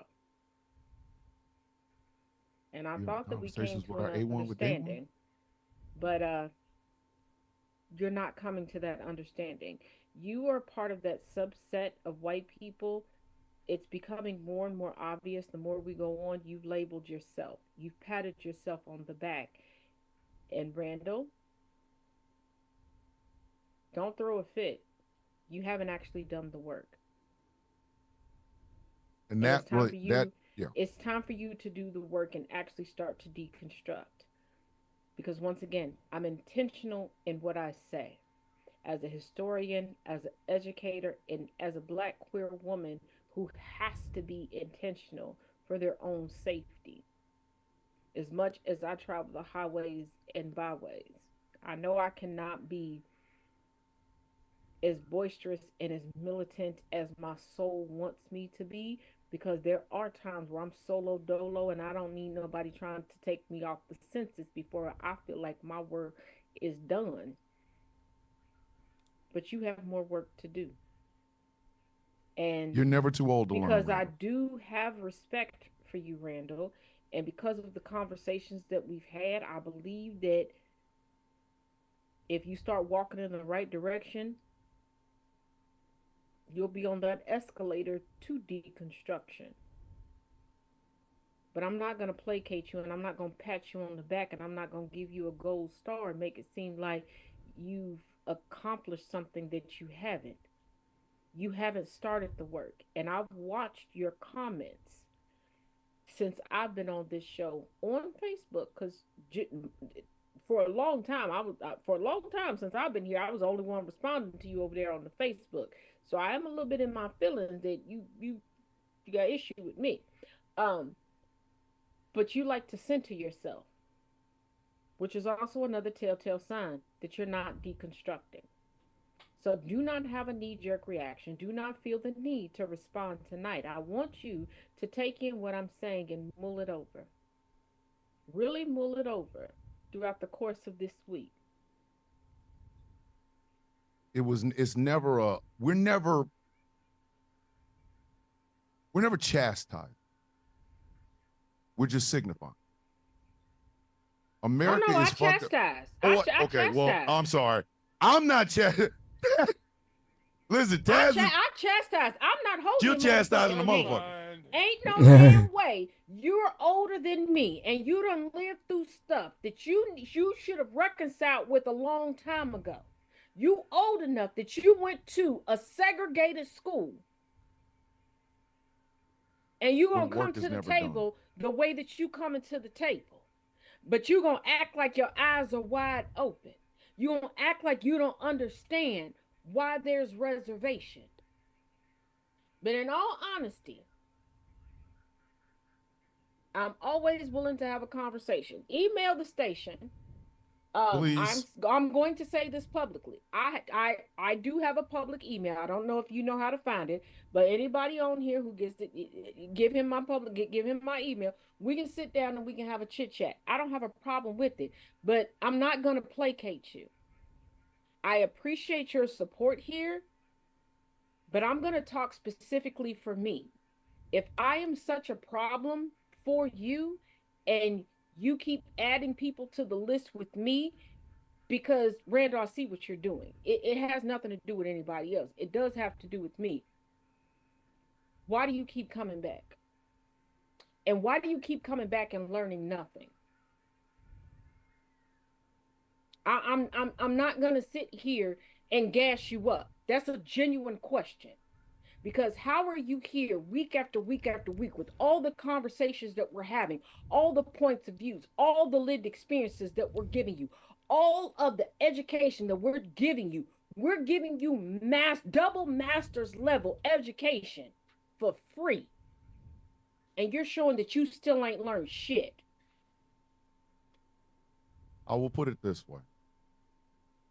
There is a absolute 100% reason that when the slot came open, I wanted Taz here. I wanted her above everybody else. When I brought it to Angry and when I brought it to Gambit, they both literally all three of us said the same thing at the same time. But there was a reason I wanted Taz here. Because out of pretty much almost out of a lot of women that I know, Taz is very direct. She's more than just a pretty face. And yes, she is more than an asshole. She knows her shit. She can keep up with us. So when I asked her, the first thing she said is, "Are you serious?" I'm like, yes. Taz was the first and quite honestly, the only name I thought of. She was literally the first and yeah, you were. I'm telling you that. This is not me kissing Taz's ass in front of her. You can ask Angry, you can ask Gambit, because they both said the same thing. Taz was the first and only name that I thought of because she knows her shit. When Taz is on, nobody is fucking with her, period. She is literally what has elevated this show.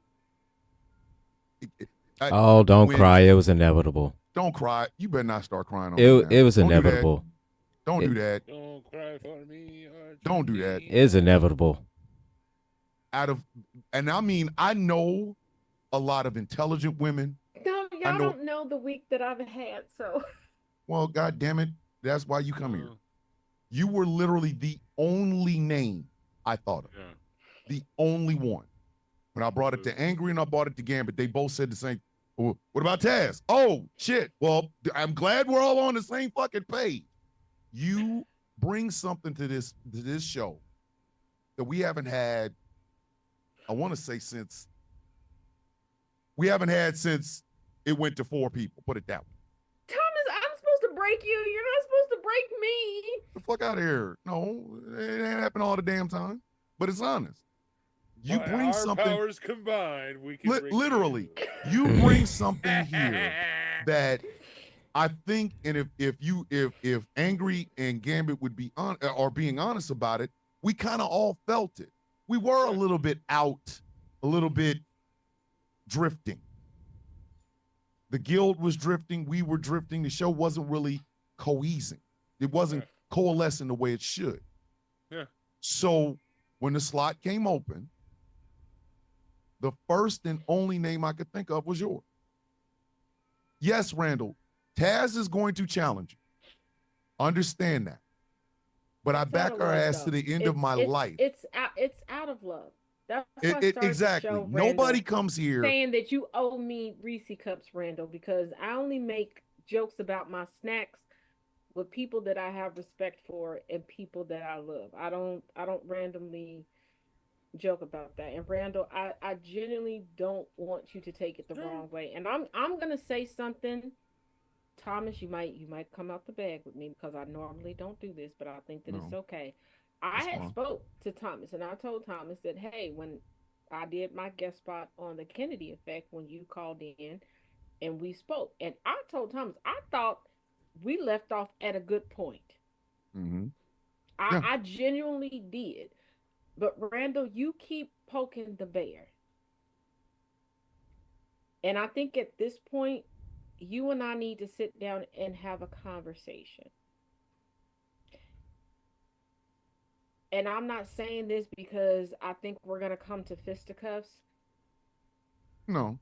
I think that without all the other things that are discussed, if we sit down and we genuinely talk one-on-one, I think we'll understand each other better. And stop saying that I hate white people, because I do more white people shit nobody than hates anybody else. I think that I'm the queen of white people shit. Okay, dear God. Okay, and I thought about some. Here's the thing. Every time you talk about some food, I'm like, oh, see, and here's the thing. I thought I did a lot of white people shit. You ain't got shit on her. No. That woman has high heel Uggs. Like the second she said she had custom Crocs and high heel Uggs and high heel Crocs. You can't do it. You can't do it, man. I got. You ain't gonna beat that. I got out-whited. Yes, you was very out-whited.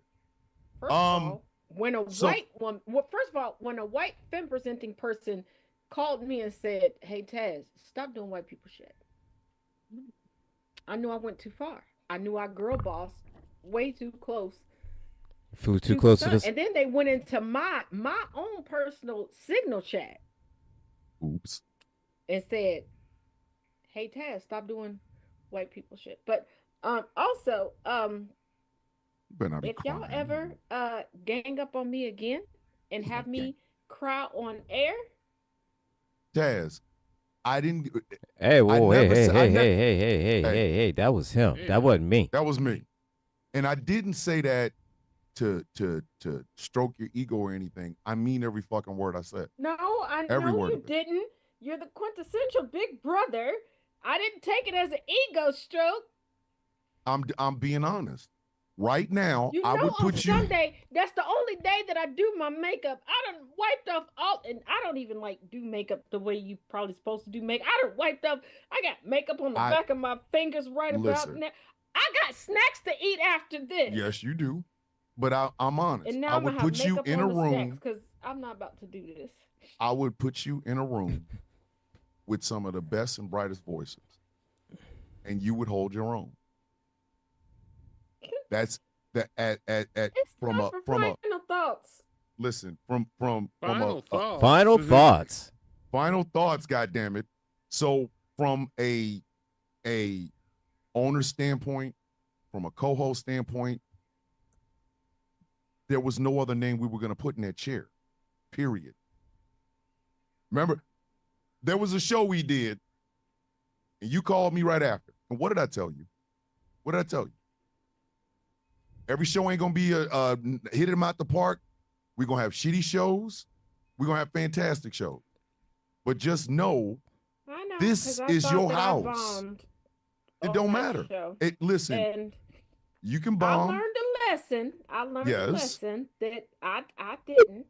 Because, first of all, my sister from another mister just got me all the way together. Yep. Yep. Um, You didn't but get I picked don't randomly. I don't like to disappoint. But I You never have. also, as everybody on this panel knows, I always say I give what I expect to receive. Yeah. If I give correction, I expect correction. And if you don't correct me, I don't believe that you love me. And everybody on this panel has known that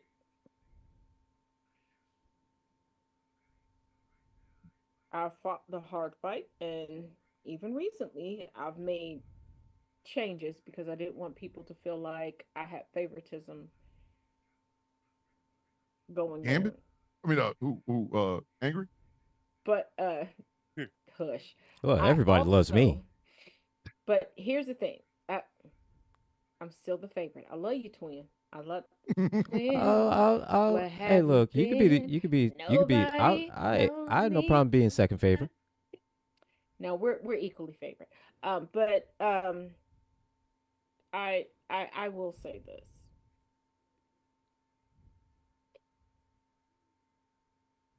I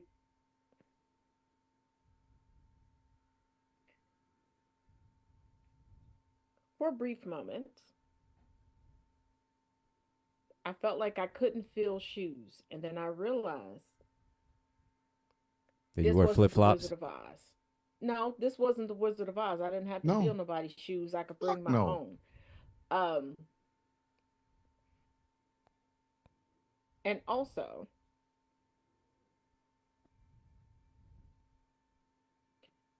I also realized that you gentlemen respect the fact that I'm not going to let placating disinformation, misinformation, or anything stand. And why would you? Fuck out of here. And I got a backpack with a ball sack in it. No, I'm just playing.